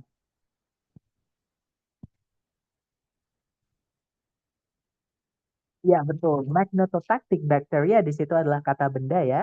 Jadi di situ adalah subjeknya. Nah, berarti kita punya subjek tapi belum punya predikat. Tugas teman-teman di pilihan ABCD adalah mencarikan predikat saja. Nah, adakah di pilihan ABCD yang mana yang predikat saja, teman-teman? Ya, betul. Jawabannya adalah yang Charlie, ya kan? Karena kalau yang alfa, kenapa salah? Karena di situ ada subjek lagi berupa kata ganti atau pronoun. Nanti subjeknya double atau pemborosan subjek, teman-teman. Karena di soal sudah ada kata benda. Tadi kan subjek dibuatnya kalau nggak dari kata benda, ya dari kata ganti. Tapi salah satu aja ya. Kalau sudah ada kata benda sebagai subjek, ya jangan dimasukkan kata ganti sebagai subjek juga. Karena nanti subjeknya double. Gitu ya, teman-teman. Nah, kalau yang Bravo kenapa salah? Karena tidak ada kata kerja sama sekali. Predikat itu dibuatnya dari kata kerja. Nah, kalau yang Delta sama kayak yang Bravo ya, tidak ada kata kerja sama sekali. Kita butuhnya kata kerja sebagai predikat. Nah, jawabannya yang Charlie. Di situ ada auxiliary word, kemudian verbnya adalah descriptive verb 3, teman-teman. Nah, di tengah-tengahnya auxiliary verb itu boleh diselipin yang namanya kata keterangan. Nah, kata keterangan itu di dalam kalimat boleh ada, boleh tidak, teman-teman. Tergantung jenisnya ya. Kadang ada yang nyempil di tengah-tengahnya auxiliary verb seperti ini. Ya. Nah, jadi jawabannya yang Charlie nanti kalau dibaca, magnetotactic bacteria were first described in 1963 by Salvatore Belli. Jadi bakteri-bakteri jenis magnetotactic pertama kali dideskripsikan atau diperkenalkan di tahun 1963 oleh Salvatore Belli. Seperti itu. Nah, kemudian contoh terakhir, teman-teman, untuk contoh terakhir ini kita bahas bersama saja ya, supaya lebih cepat, teman-teman. Caranya sama, teman-teman cari dulu kata kerja sebagai predikat di soal. Jadi kalau ditarik dari depan ke belakang, nah di situ sama sekali belum ada kata kerja sebagai predikat. Berarti di sini kita butuh predikat, karena kalimat wajib punya predikat. Nah, ini enaknya kalau teman-teman mencari predikatnya dulu. Nah, karena sebelumnya predikat itu harus ada subjek, maka di sini kita juga kehilangan subjek berarti, gitu ya. Jadi cari A, B, C, D yang ada subjek kemudian predikat. Yang alpha di situ ada subjek coconut with briquettes, tapi belum ada predikat. Berarti yang alpha nggak bisa, teman-teman. Gitu ya. Kalau yang bravo di situ ada subjek coconut with briquettes, nah tapi belum ada predikat, malahan di situ ditambahkan dengan kata hubung atau conjunction. Nah, kalimat tidak boleh tidak punya predikat. Nah, conjunction itu dibutuhkan di dalam kalimat hanya ketika subjek predikatnya itu lebih dari satu, teman-teman. Nah, kalau ST-nya cuma satu, ya jangan pakai conjunction. Apalagi nggak ada predikatnya, kalimatnya nggak jadi. Ya. Nah, kalau yang cari di situ sama, ada conjunction yaitu that, teman-teman. subjeknya padahal cuma satu, yaitu coconut with briquettes, predikatnya juga cuma satu, yaitu reduce. Nah, kita nggak boleh masukkan conjunction atau kata hubung. Nah, jawaban yang benar adalah yang delta ya. Di situ ada predikat reduce, subjeknya adalah coconut with briquettes. Oke, teman-teman. Nah, nanti kalau dibaca, coconut with briquettes reduce deforestation across the globe. Nah, kalau diartikan, briket limbah kelapa mengurangi penggundulan hutan di seluruh dunia. Seperti itu. Ya, teman-teman. Nah, dari ketiga contoh soal tadi, adakah dari teman-teman yang ingin bertanya dulu sebelum kita ke latihan buat teman-teman? Silahkan kalau ada pertanyaan.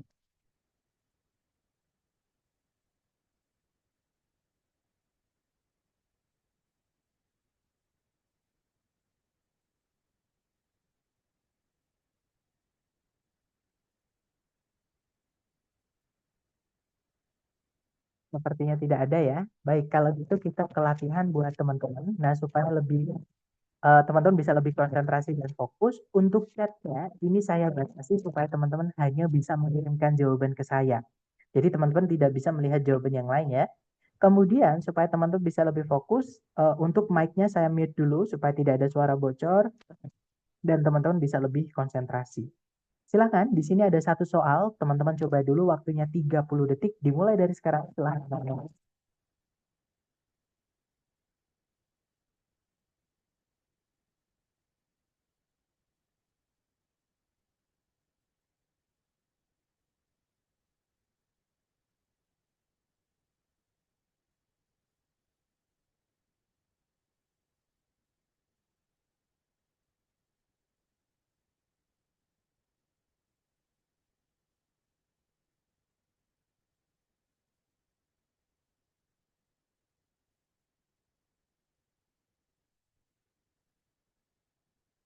Oke, waktunya sudah habis. Silakan jawabannya teman-teman boleh kirim di chat ya. Kemudian kita bahas bersama, jangan takut salah.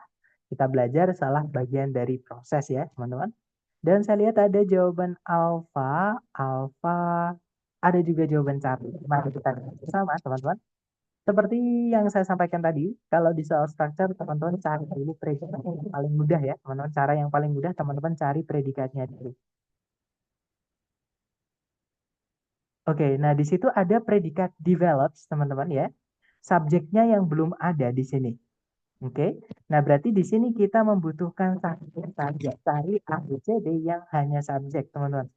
Yang alpha di situ only the female anglerfish. Itu kalau diartikan hanya ikan angler betina saja, kalau diartikan seperti itu. Jadi kemungkinan yang alpha ini bisa, teman-teman. Kita cek dulu yang lain.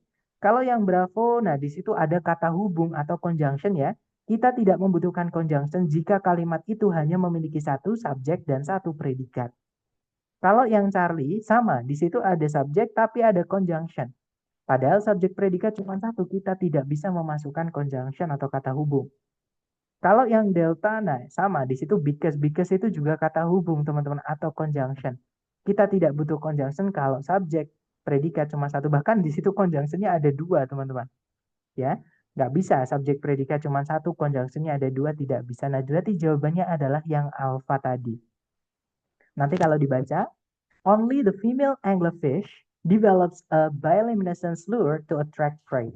Nah, itu kalau diartikan, hanya ikan angler betina saja yang mempunyai atau yang mengembangkan gitu ya, sebuah lure itu ini teman-teman, umpan gitu ya, umpan bioluminescence itu adalah cahaya yang dibuat oleh tubuh, maksudnya cahaya yang dibuat dari proses biologis gitu teman-teman, untuk menarik cahaya. Nah, kalau di soal TOEFL teman-teman jangan kaget, pasti topik pembahasannya itu ngomongin tentang akademik seperti ini, sejarah, kemudian medis, kemudian biologi, kemudian ekonomi dan lain-lain, banyak teman-teman. Agrikultur gitu-gitu, gitu ya. Lagi cara berikutnya, jangan takut salah, teman-teman coba dulu 30 detik dimulai dari sekarang.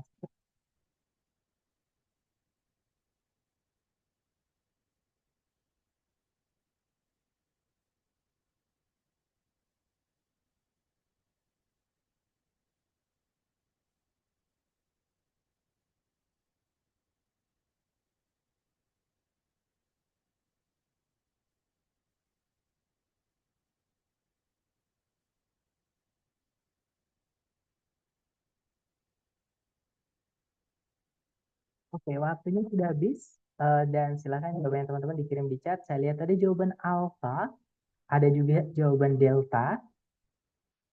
Oke, antara alfa atau delta. Mari kita cek bersama ya, teman-teman.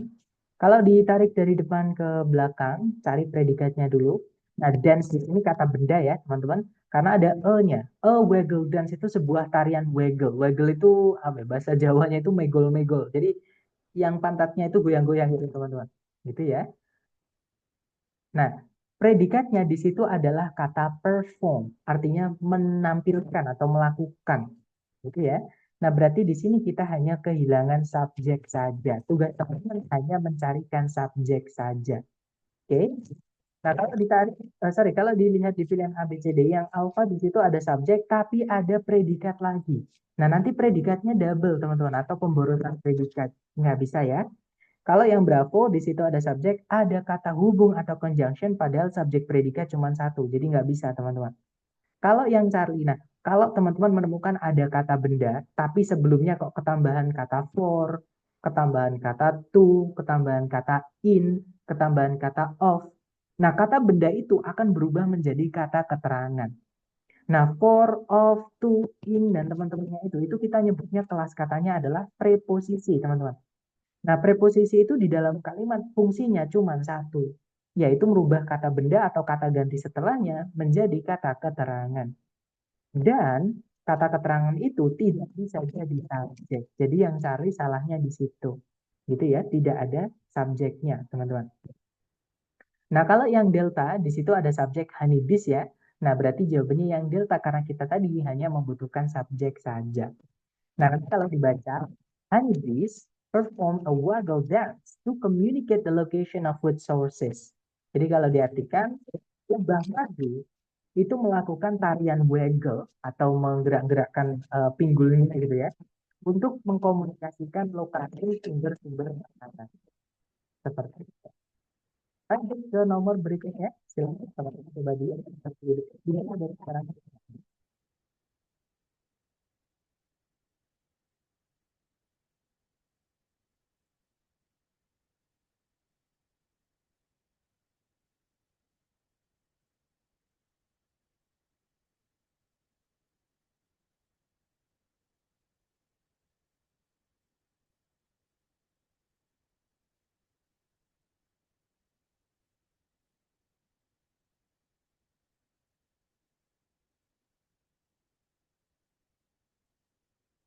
Oke, waktunya sudah habis dan saya lihat teman-teman menjawab antara Bravo, ada juga Charlie. Oke, tapi mayoritas menjawab Bravo. Mari kita cek bersama ya. Dicari dulu kata kerja sebagai predikat, teman-teman. Jadi kalau ditarik dari depan ke belakang, nah di sini belum ada kata kerja sebagai predikat, berarti di sini kita harus cari predikatnya, ya. Nah, subjeknya adalah kata benda gorillas. Nah, berarti tugas kita hanya mencarikan predikatnya saja. Kalau yang alfa, nah tadi saya sampaikan ya, ada 3 jenis kata kerja yang tidak bisa menjadi predikat. Nah, kata kerja apa saja yang tidak bisa jadi predikat? Yang pertama adalah verb 3 yang berdiri sendiri tanpa auxiliary sebelumnya. Kemudian yang kedua adalah verb ing yang berdiri sendiri tanpa auxiliary sebelumnya. Nah, berarti yang alfa ini sudah pasti salah, teman-teman. Kemudian yang terakhir adalah to verb 1 itu juga tidak bisa jadi predikat. Nah, berarti yang delta itu juga salah. Oke, jadi yang alfa tidak bisa karena verb ing tidak bisa jadi predikat ya. Delta juga sama, to verb 1 tidak bisa jadi predikat, teman-teman. Nah, sekarang tinggal Bravo atau Charlie yang ada predikatnya. Nah, bedanya Bravo sama Charlie. Yang Charlie itu dimasukkan kata ganti lagi atau pronoun. Nah, kalau kita masukkan pronoun lagi sebelum predikat, nanti subjeknya double atau pemborosan. Jadi nggak bisa ya yang Charlie, teman-teman. Jawabannya adalah yang Bravo. Nah, nanti kalau dibaca, gorillas pound the chest to assert dominance. Jadi kalau diartikan, gorila itu apa namanya, memukul-mukul gitu ya dadanya untuk menunjukkan dominasi. Dominasi itu dominasi gitu ya, yang mendominasi grup tersebut atau kawanan tersebut seperti itu. kasih tahu dia yang lebih kuat, dia seperti itu. Oke, lanjut lagi ke nomor berikutnya, jangan takut salah. Tiga itu dimulai dari sekarang.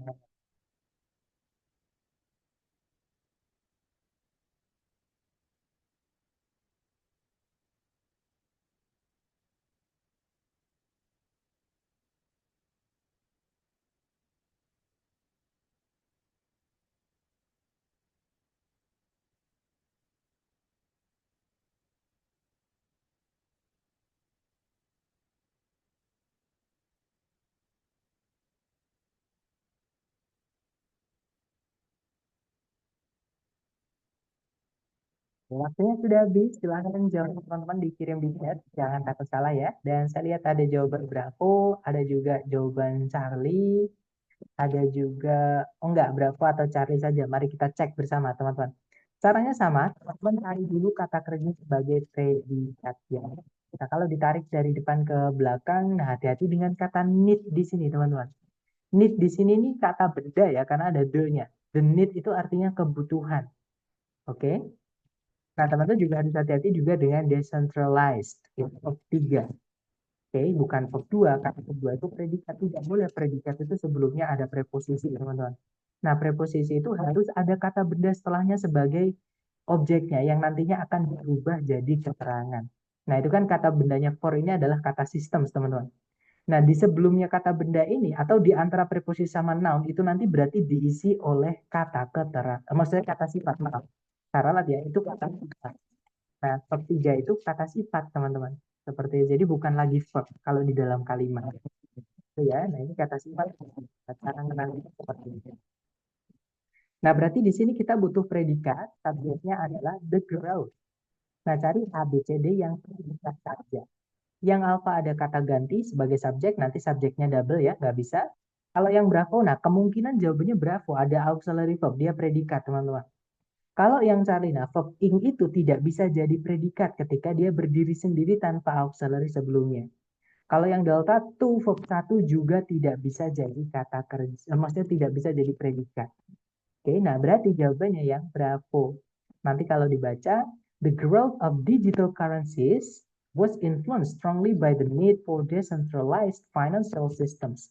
Nah, kalau diartikan, pertumbuhan dari mata uang digital dipengaruhi kuat oleh kebutuhan untuk sistem-sistem keuangan yang decentralized atau dipusatkan atau berpusat seperti itu.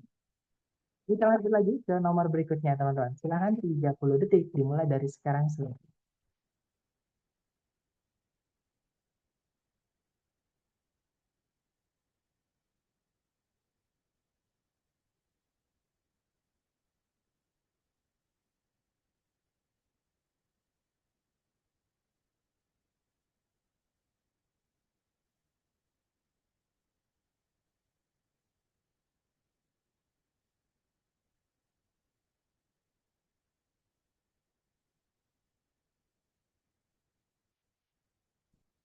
Oke, waktunya sudah habis. Silahkan jawaban teman-teman dikirim di chat ya. Dan saya lihat itu jawaban alfa, alfa, dan semuanya menjawab alfa. Oke, mari kita coba.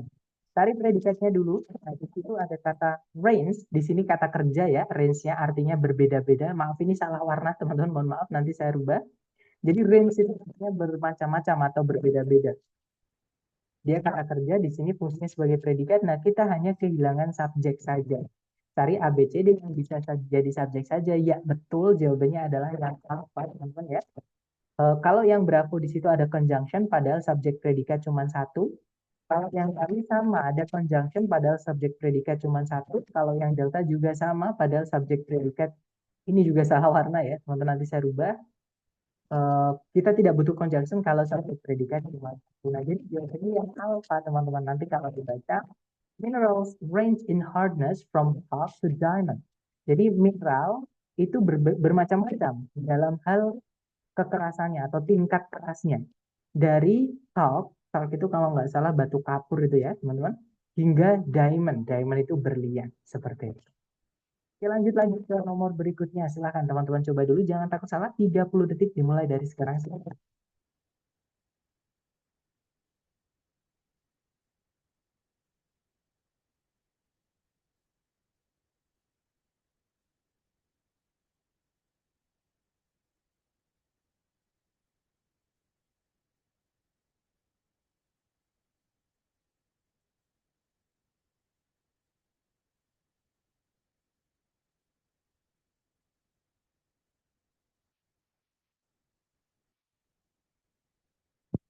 betul. Dan akan teman-teman dikirim di chat. Ya, kita lihat ada jawaban Alpha dan juga Charlie. Oke, kita cek bersama apakah Alpha atau Charlie atau bahkan jawabannya yang lain, tuh. Seperti biasa, dicari dulu kata kerja sebagai predikat ya. Kalau ditarik dari depan ke belakang, nah di situ ada verb 2, yaitu kata became. Nah, subjeknya hati-hati ya, subjek predikat itu tidak boleh dipisah satu koma, teman-teman. Jadi fungsi salah satu fungsi tanda baca koma di dalam kalimat adalah memisahkan kalimat inti dan kalimat tambah, maksudnya informasi inti, maksudnya maaf, informasi inti dengan informasi tambahan. Nah, subjek predikat itu sama-sama informasi inti, teman-teman. Nah, otomatis tidak boleh dipisah satu koma. Kalau dipisah dua koma malah boleh. Tapi kalau satu koma tidak boleh. Artinya di sini kita kehilangan subjek, ya. Cari A, B, C, D yang subjek saja. Nah, jawabannya benar adalah yang alfa ya. Nama itu subjek, kata benda, teman-teman. Nama itu benda, ya. Kalau yang Bravo salah karena ada kata hubung. Kita tidak butuh kata hubung kalau subjek predikat cuma satu. Charlie juga sama. Kalau teman-teman menemukan 5W1H itu kata hubung atau conjunction ya. Kita tidak butuh conjunction kalau subjek predikat cuma satu. Delta juga sama teman-teman. Ada in which. Itu satu kata ya. Dia adalah kata hubung atau conjunction. Dan kita tidak butuh conjunction kalau subjek predikat cuma satu. Ya, jadi jawabannya yang alpha.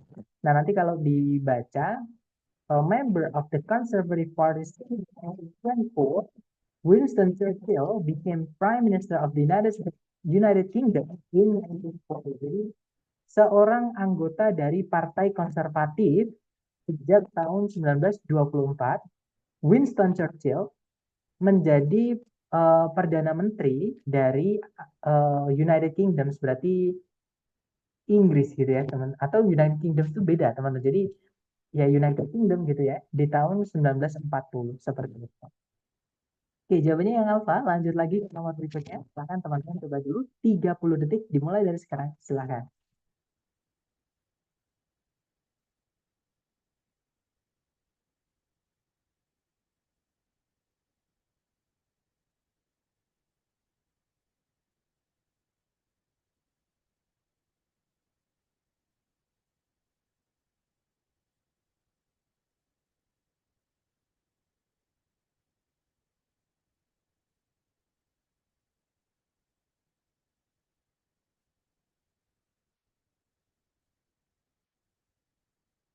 Oke, waktunya sudah habis ya. Silahkan teman-teman jawabannya di chat. Dan saya lihat ada jawaban alfa. Alfa sepertinya semua. Oh, enggak, ada juga jawaban Bravo. Oke, nice. Oke, kita cari dulu kata kerja sebagai predikat, teman-teman. Nah, kalau ditarik dari depan ke belakang, di situ ada verb SIS sebagai predikatnya. Jadi verb SIS itu hanya bisa jadi predikat, teman-teman. Nah, di sebelum SIS, di situ ada kata benda yaitu hands. Nah, cuman hands-nya itu ada S-nya, teman-teman. Yang menandakan bahwa hand di sini ini jamak. Nah, kalau kata bendanya di subjek itu jamak, maka predikatnya jangan ditambahkan S, teman-teman. Jadi ini tips caranya kita menyatakan fakta dalam bahasa Inggris ya. Jadi caranya kita membuat kalimat itu sebenarnya minimal harus ada kata benda yang digabungkan dengan kata kerja. Kata benda sebagai subjek, kata kerja sebagai predikat. Contoh teman-teman, kita punya kata benda misalnya kata itu bahasa Inggrisnya frog teman-teman. Atau toad juga bisa, kodok gitu ya. Toad. Nah, kata kerja dari frog atau toad itu misalnya adalah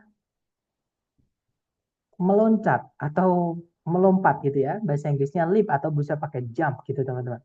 Nah, untuk menyatakan fakta itu kita bisa memilih representatif atau kata benda atau kodoknya itu kita ambil satu aja, satu contoh saja atau sampel saja. Jadi kita bilangnya seekor kodok itu melompat. Nah, nanti kata kerjanya itu ditambahkan S, teman-teman. Jadinya frog atau toad, sorry, seekor, a frog atau a toad gitu ya. Nah, leap-nya ini ditambahkan dengan S. Ini untuk menyatakan fakta. Oke, tapi subjeknya nggak ada S-nya, jangan ditambah S, teman-teman. Nah, atau untuk menyatakan fakta itu kita bisa pukul rata atau stereotip. overgeneralize. Jadi kita memukul rata. Jadi semua kodok itu melompat.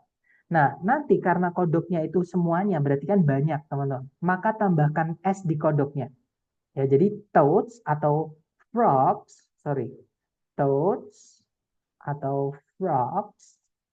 Nah, tapi kalau subjeknya sudah banyak atau sudah ada S-nya, maka lip-nya sebagai predikatnya jangan ditambah S lagi. Jadi cukup salah satu saja yang ditambahkan S. Gitu ya. Nah, berarti hence di sini ini bukan subjeknya, atau dia adalah, jadi kata benda itu fungsinya selain jadi subjek, bisa juga jadi objek. Nanti materi kita hari ketiga.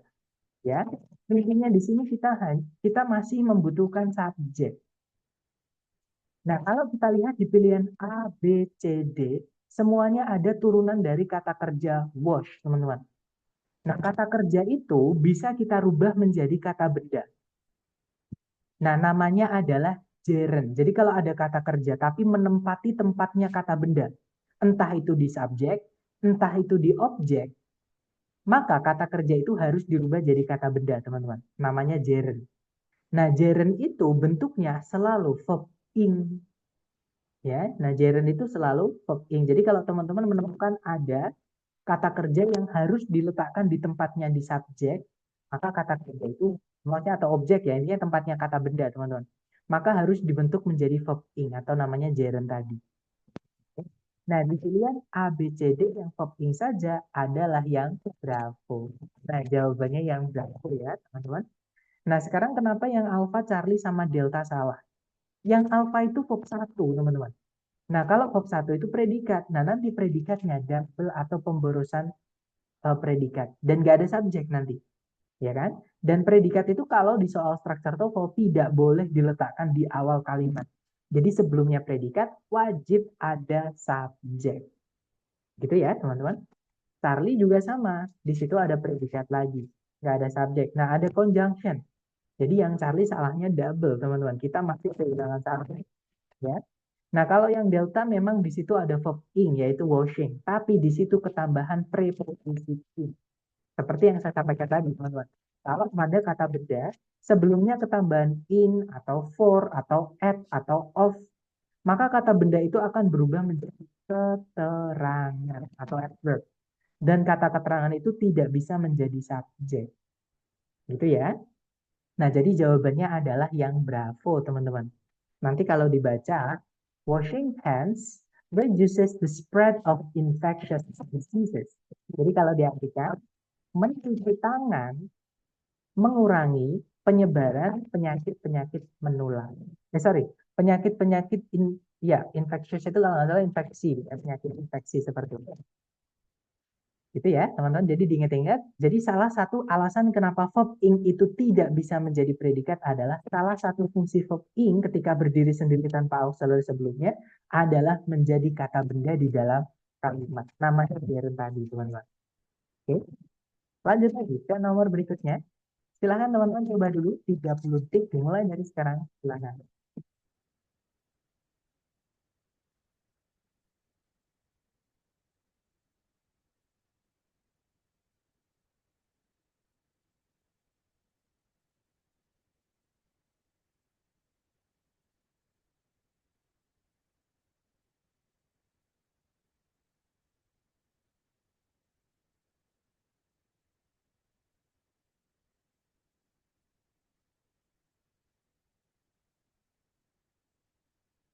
Oke, waktunya sudah habis. Silahkan teman-teman dikirim di chat dulu ya. Kemudian kita bahas bersama. Dan saya lihat ada jawaban Charlie, Charlie, dan sepertinya semua menjawab Charlie ya. Oke, kita cek bareng teman-teman.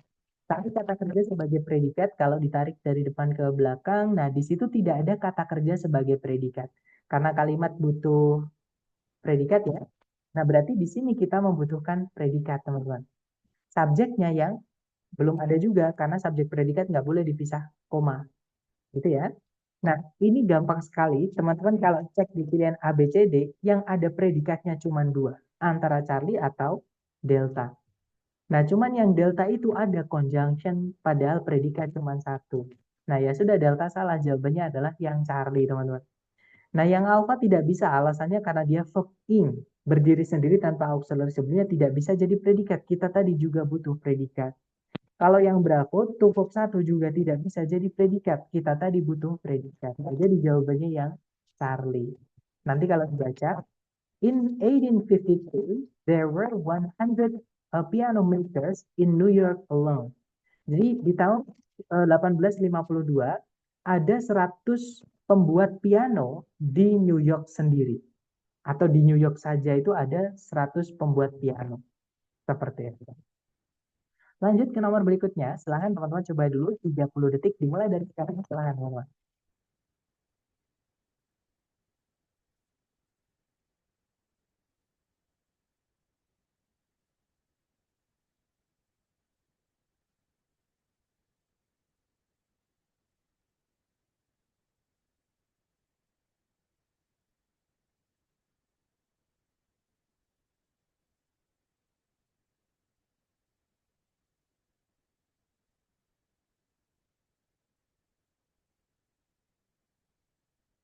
Oke, waktunya sudah habis. Silahkan jawab teman-teman dikirim di chat. Dan saya lihat teman-teman menjawab.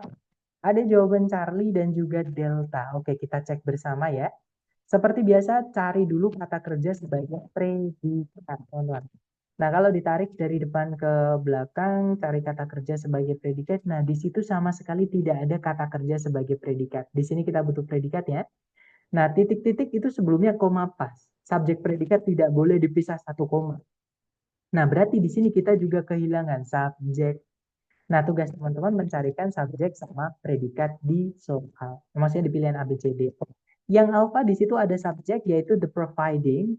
Nah, tapi nggak ada kata kerja sebagai predikat ya, teman-teman. Kalau yang Bravo di situ ada subjek, ada conjunction, yang mana pasti salah ya, teman-teman. Tidak ada predikat juga, Bravo nggak bisa. Kalau yang Charlie ada subjek, ada predikat, tapi ada conjunction atau kata hubung. Nah, jawabannya adalah yang delta ya. Di situ subjeknya adalah trees, predikatnya adalah provide. Nah, berarti jawabannya yang delta nanti kalau dibaca, in addition to oxygen, trees provide shade, habitat, and beauty. Kalau diartikan, selain oksigen, pohon itu menyediakan tempat berteduh, habitat, maksudnya tempat tinggal untuk para binatang dan tumbuhan-tumbuhan yang lain gitu ya. Dan juga keindahan, maksudnya dekorasi seperti itu. Ya, teman-teman. Lanjut lagi ke nomor berikutnya. Nah, ternyata sudah habis. Nah, mungkin teman-teman jangan lupa ya nanti untuk mengabsen, maksudnya, setelah sesi malam akan saya kirimkan link absensi, mau nanti diisi ya. Dan untuk hari kedua dan seterusnya nanti yang isi akan saya atau yang Nah, sebelum saya tutup, kalau teman-teman ada pertanyaan boleh di-unmute atau boleh ditulis juga nggak apa-apa, teman-teman. Jadi jawabannya apa, Kak? Bener yang delta nggak ya? Iya, betul. Sorry, tadi saya ke WC. Ya, jawabannya adalah yang delta, Miss. Nanti gini ya, kalau teman-teman ingin mengulang kembali dan saya sarankan untuk mengulang kembali. Karena memang materi hari pertama ini adalah materi yang paling penting. Ya, karena ini nanti akan kita pakai di hari kedua dan seterusnya untuk materi structure. Oke, jadi mohon nanti di review kembali videonya dan catat informasi apapun yang sudah teman-teman pahami supaya tidak hilang. Oke, dan kalau belum paham jangan dicatat dulu, tapi ditanyakan dulu lewat seperti itu. Itu ya, teman-teman. Baru nanti kalau sudah paham baru ditulis seperti itu.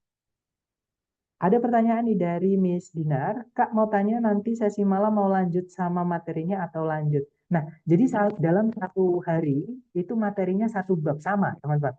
Cuman kalau teman-teman sempat hadir, datang aja lagi untuk memperkuat ya. Selain itu, di sesi malam dan sesi sore itu saya usahakan untuk soalnya itu beda.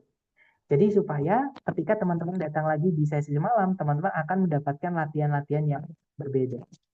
Itu ya. Jadi kalau teman-teman bisa nanti setelah terawih ya sekitar jam 8 lebih 15, teman-teman hadir aja kembali untuk mengikuti latihan-latihan yang berbeda. Tapi materinya sama, teman-teman, tentang subjek predikat seperti itu. Kemudian Kak, kata hubung itu macam-macamnya apa aja ya? Atau jenisnya kata hubung itu apa aja? Nah, kata hubung kita bahas besok ya. Tapi kata hubung itu jenisnya banyak sekali, teman-teman. Jadi kalau teman-teman menemukan kata misalnya N nih, terus teman-teman cek di kamus. Memang konsultasinya harus di kamus ya, teman-teman. IN. Nah, itu kalau teman-teman cek di kamus itu conjunction. Nah, teman-teman tulis di buku catatan teman-teman and dalam kurung itu conjunction. Sama dengan artinya apa? Misalnya dan seperti itu. Gitu ya. Nah, tapi kalau jenisnya conjunction itu banyak banget, teman-teman. Ada sekitar 88 atau sekitar segitulah. Nggak sampai 100 tapi ya, teman-teman untuk jenis conjunction. Tapi kalau di TOEFL ya nggak semuanya keluar juga ya. Yang keluar itu kayak misalnya although, misalnya because, misalnya and. Nah, untuk conjunction itu kita bahas besok, teman-teman. Yang pasti kalau teman-teman menemukan kata tanya atau 5W1H di soal structure tersebut, itu anggap sebagai conjunction atau kata hubung. Karena di soal structure tersebut tidak ada soal yang berbentuk kata tanya atau kalimat tanya. Pasti teman-teman menemukannya di berakhiran dengan titik. Nah, kalimat yang berakhiran dengan titik, urutannya itu sudah dipastikan subjek dulu baru predikat. Seperti itu. Kak mau tanya soal gerund. Itu kurang paham. Nah, jadi gerund itu adalah kata kerja, tapi kita tempatkan sebagai kata benda. Nah, teman-teman tadi di hari ini ya, kita kan belajar kalau kata benda itu salah satu fungsinya, itu menjadi subjek. Nah, jadi kalau teman-teman menempatkan kata kerja sebagai subjek, itu nanti kata kerjanya harus dirubah menjadi gerund. Ya, teman-teman, atau verb ing tadi. Atau contohnya seperti ini. Teman-teman boleh, begini teman-teman, saya coba ya. Nah, teman-teman bisa tolong dikirimkan di chat contoh kata kerja. Bebas. Teman-teman kalau misalkan kata kerja itu yang tergambar di benak teman-teman apa? Bebas. Sebutkan satu kata kerja, teman-teman. Bisa.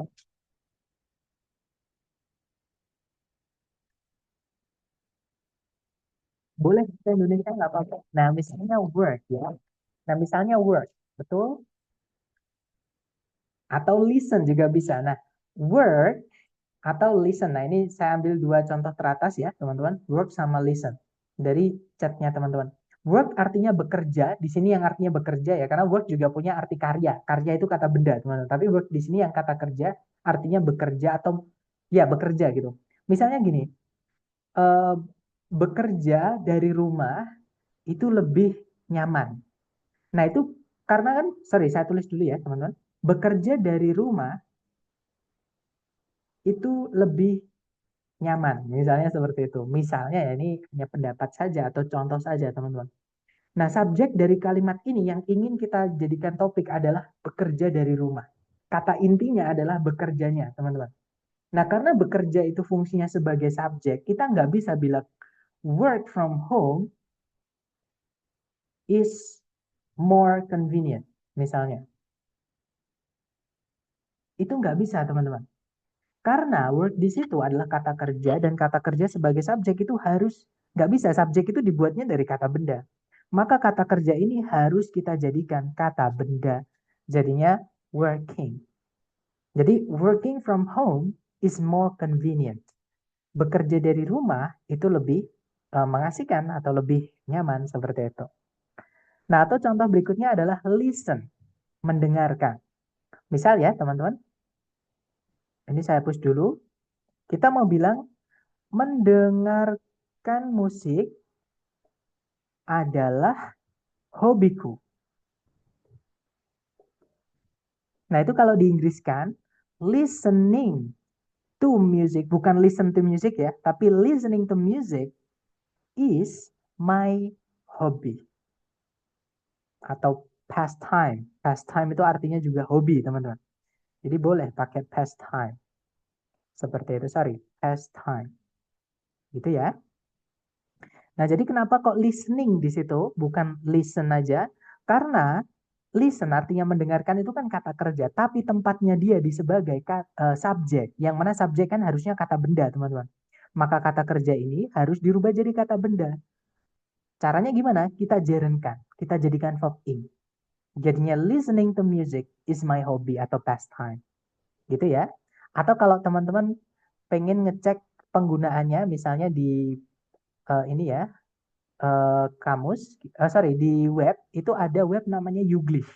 Kalau teman-teman pengen cek nih, misalnya bener nggak sih misalnya kata Mr. P Misalnya working remotely, katakanlah tadi ya, bekerja dari jauh, artinya working remotely itu nggak datang ke kantor. Jadi working remotely itu bisa dari rumah, bisa dari mana aja gitu ya. Working remotely is, contohnya gini teman-teman. Kita enter, ada nggak?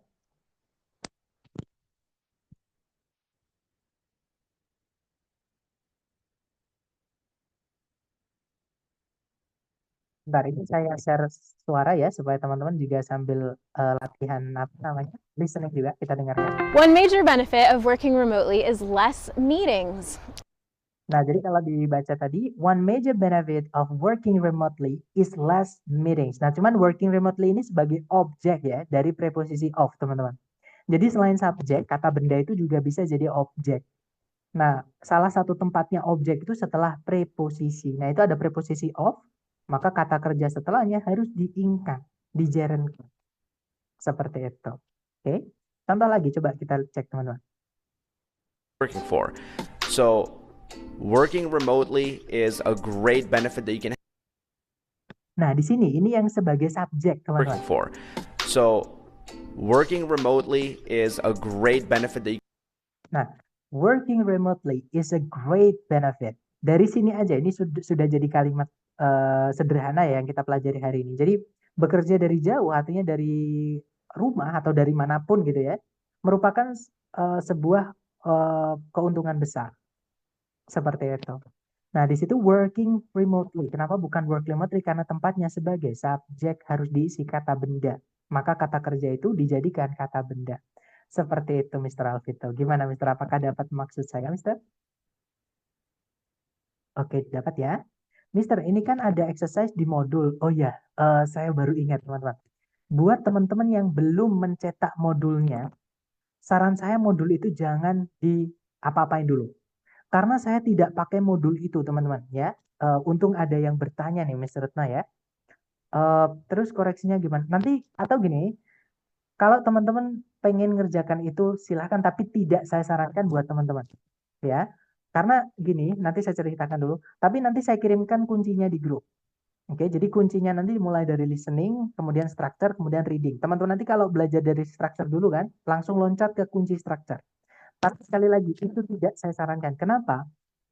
Apa namanya, buku yang diambil dari atau oleh lembaga itu diambil dari buku namanya Longman, teman-teman. Buku Longman itu cetakan tahun 2003 dan memang sejauh ini buku yang paling apa ya, paling tebal gitu ya, dan suaranya atau audionya itu paling jernih itu adalah Longman itu. Walaupun sebenarnya ada lagi satu buku, teman-teman, namanya saya lupa bukunya, Official Guide kalau nggak salah. Official Guide to TOEFL ITP kalau saya nggak salah ya. Atau tuh ya, kalau nggak salah TOEFL ITP itu tahun 2016, buatan asli dari ITS, itu lebih jelas. Oke, tapi dari lembaga tidak diberikan itu. Teman-teman diberikannya yang dari Longman tahun 2003. Nah, 2003 sampai ke 2025 itu ada 22 tahun, teman-teman. Sedangkan TOEFL itu setiap tahun mengalami perubahan. Nah, saya dulu sebelum pandemi disuruh lembaga itu ngajar TOEFL pakai buku tersebut. Ya, di lembaga sebelumnya, di lembaga lama, teman-teman. Karena dulu saya ngajar offline di kampus Inggris di tempat saya. Nah, cuman member-member saya dulu di TOEFL offline itu merasa kesulitan dengan buku tersebut. Karena logikanya gini, teman-teman. Teman-teman itu hanya punya waktu maksimal setiap soal structure itu 30 detik. Maksimal setiap soal. Nah, untuk structure itu di buku Longman itu, kalau teman-teman diberinya yang versi lengkap ya, itu ada 66 skills atau 66 bab. Nah, dalam waktu 30 detik, teman-teman harus menentukan satu soal ini, bab 1 sampai bab 66 kira-kira yang mana, itu akan sulit. Karena dulu sudah saya capek, maksudnya sudah saya pakai, teman-teman. Dan member-member saya mengeluh. Nah, terus saya bereksperimen, saya ambil tes, beberapa kali ambil tes, sampai sekarang pun saya ketagihan, teman-teman. Jadi setiap bulan sekarang ini saya sering ambil tes TOEFL itu ya, untuk mengetahui perubahan-perubahan dan perkembangan-perkembangan tesnya. Nah, makanya saya bisa tahu apakah buku itu bagus atau tidak dipakai. Nah, menurut saya buku itu tidak bagus karena banyak bab yang tidak keluar di dalam tes. Nah, jadi bisa dibilang apa ya, teman-teman, pemborosan gitu ya, redundant. Jadi daripada teman-teman mempelajari sesuatu yang tidak keluar di tesnya nanti, Nah, itu sudah saya sederhanakan materi yang saya buat ini. Gitu ya, seperti itu. Jadi kalau teman-teman sudah terlanjur ngeprint dan pengen belajar dari situ, walaupun tidak saya sarankan karena tidak nyambung dengan materi kita nanti, silahkan nanti saya kirimkan kunci jawabannya. Gitu ya. Sir, saya sering baca ada the-nya, jadi listening to the music boleh. Listening to music boleh, listening to the music juga boleh. Artinya cuman ketambahan musik-musik tersebut. Jadi coba ya teman-teman kita cari listening to music. Misalnya kita kasih is saja. And music, of course. Just listening to music is good for and music, of course. Just listening to music is good. Just listening to music is good. Gitu ya. Artinya hanya mendengarkan musik saja. Nah, musik apa? Terserah. Musik bebas. Nah, tapi kalau dikasih the juga nggak apa-apa. Nanti artinya mendengarkan musik itu atau musik tersebut. Jadi musiknya itu spesifik. Jadi the itu untuk specify the type of the music, teman-teman. That's very important when listening to the music is to listen to a Nah, jadi boleh listening to the music that's boleh. very important when listening to the music is Nah, ataupun listening to music aja boleh. Jadi beda arti saja, Miss. Nanti kalau listening to music ya mendengarkan musik secara umum, musik mana aja. Tapi kalau listening to the music ya musik yang jelas, musik yang sebelumnya kita sebutkan tadi. Gitu ya. Misalnya tadi kita nyebutin tentang musik jazz. Nah, terus kita bilang mendengarkan musik tersebut, maksudnya ya musik jazz tadi. Tapi kalau kita merujuk kepada semua jenis musik, nggak usah dikasih. Jadi listening to music aja, seperti itu. Itu penggunaan sama tidak perlu dihilangkan. Itu ya. Mungkin ada pertanyaan lagi, silahkan.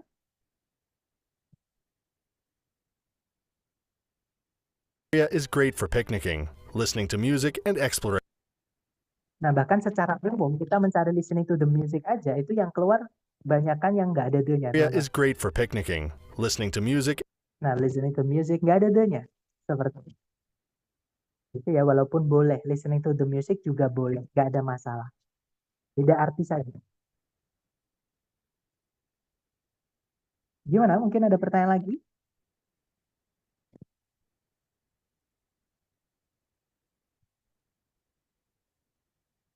Sepertinya tidak ada ya, teman-teman. Baik, terima kasih atas kehadiran dan juga partisipasi aktif teman-teman semuanya. Dan it's great to meet you guys. Senang berkenalan dengan teman-teman. Semoga betah ya belajar dengan saya untuk kedepannya. Sekali lagi terima kasih. I'll see you again next time. The last I say, wassalamualaikum warahmatullahi wabarakatuh. And have a good day guys. See you next time.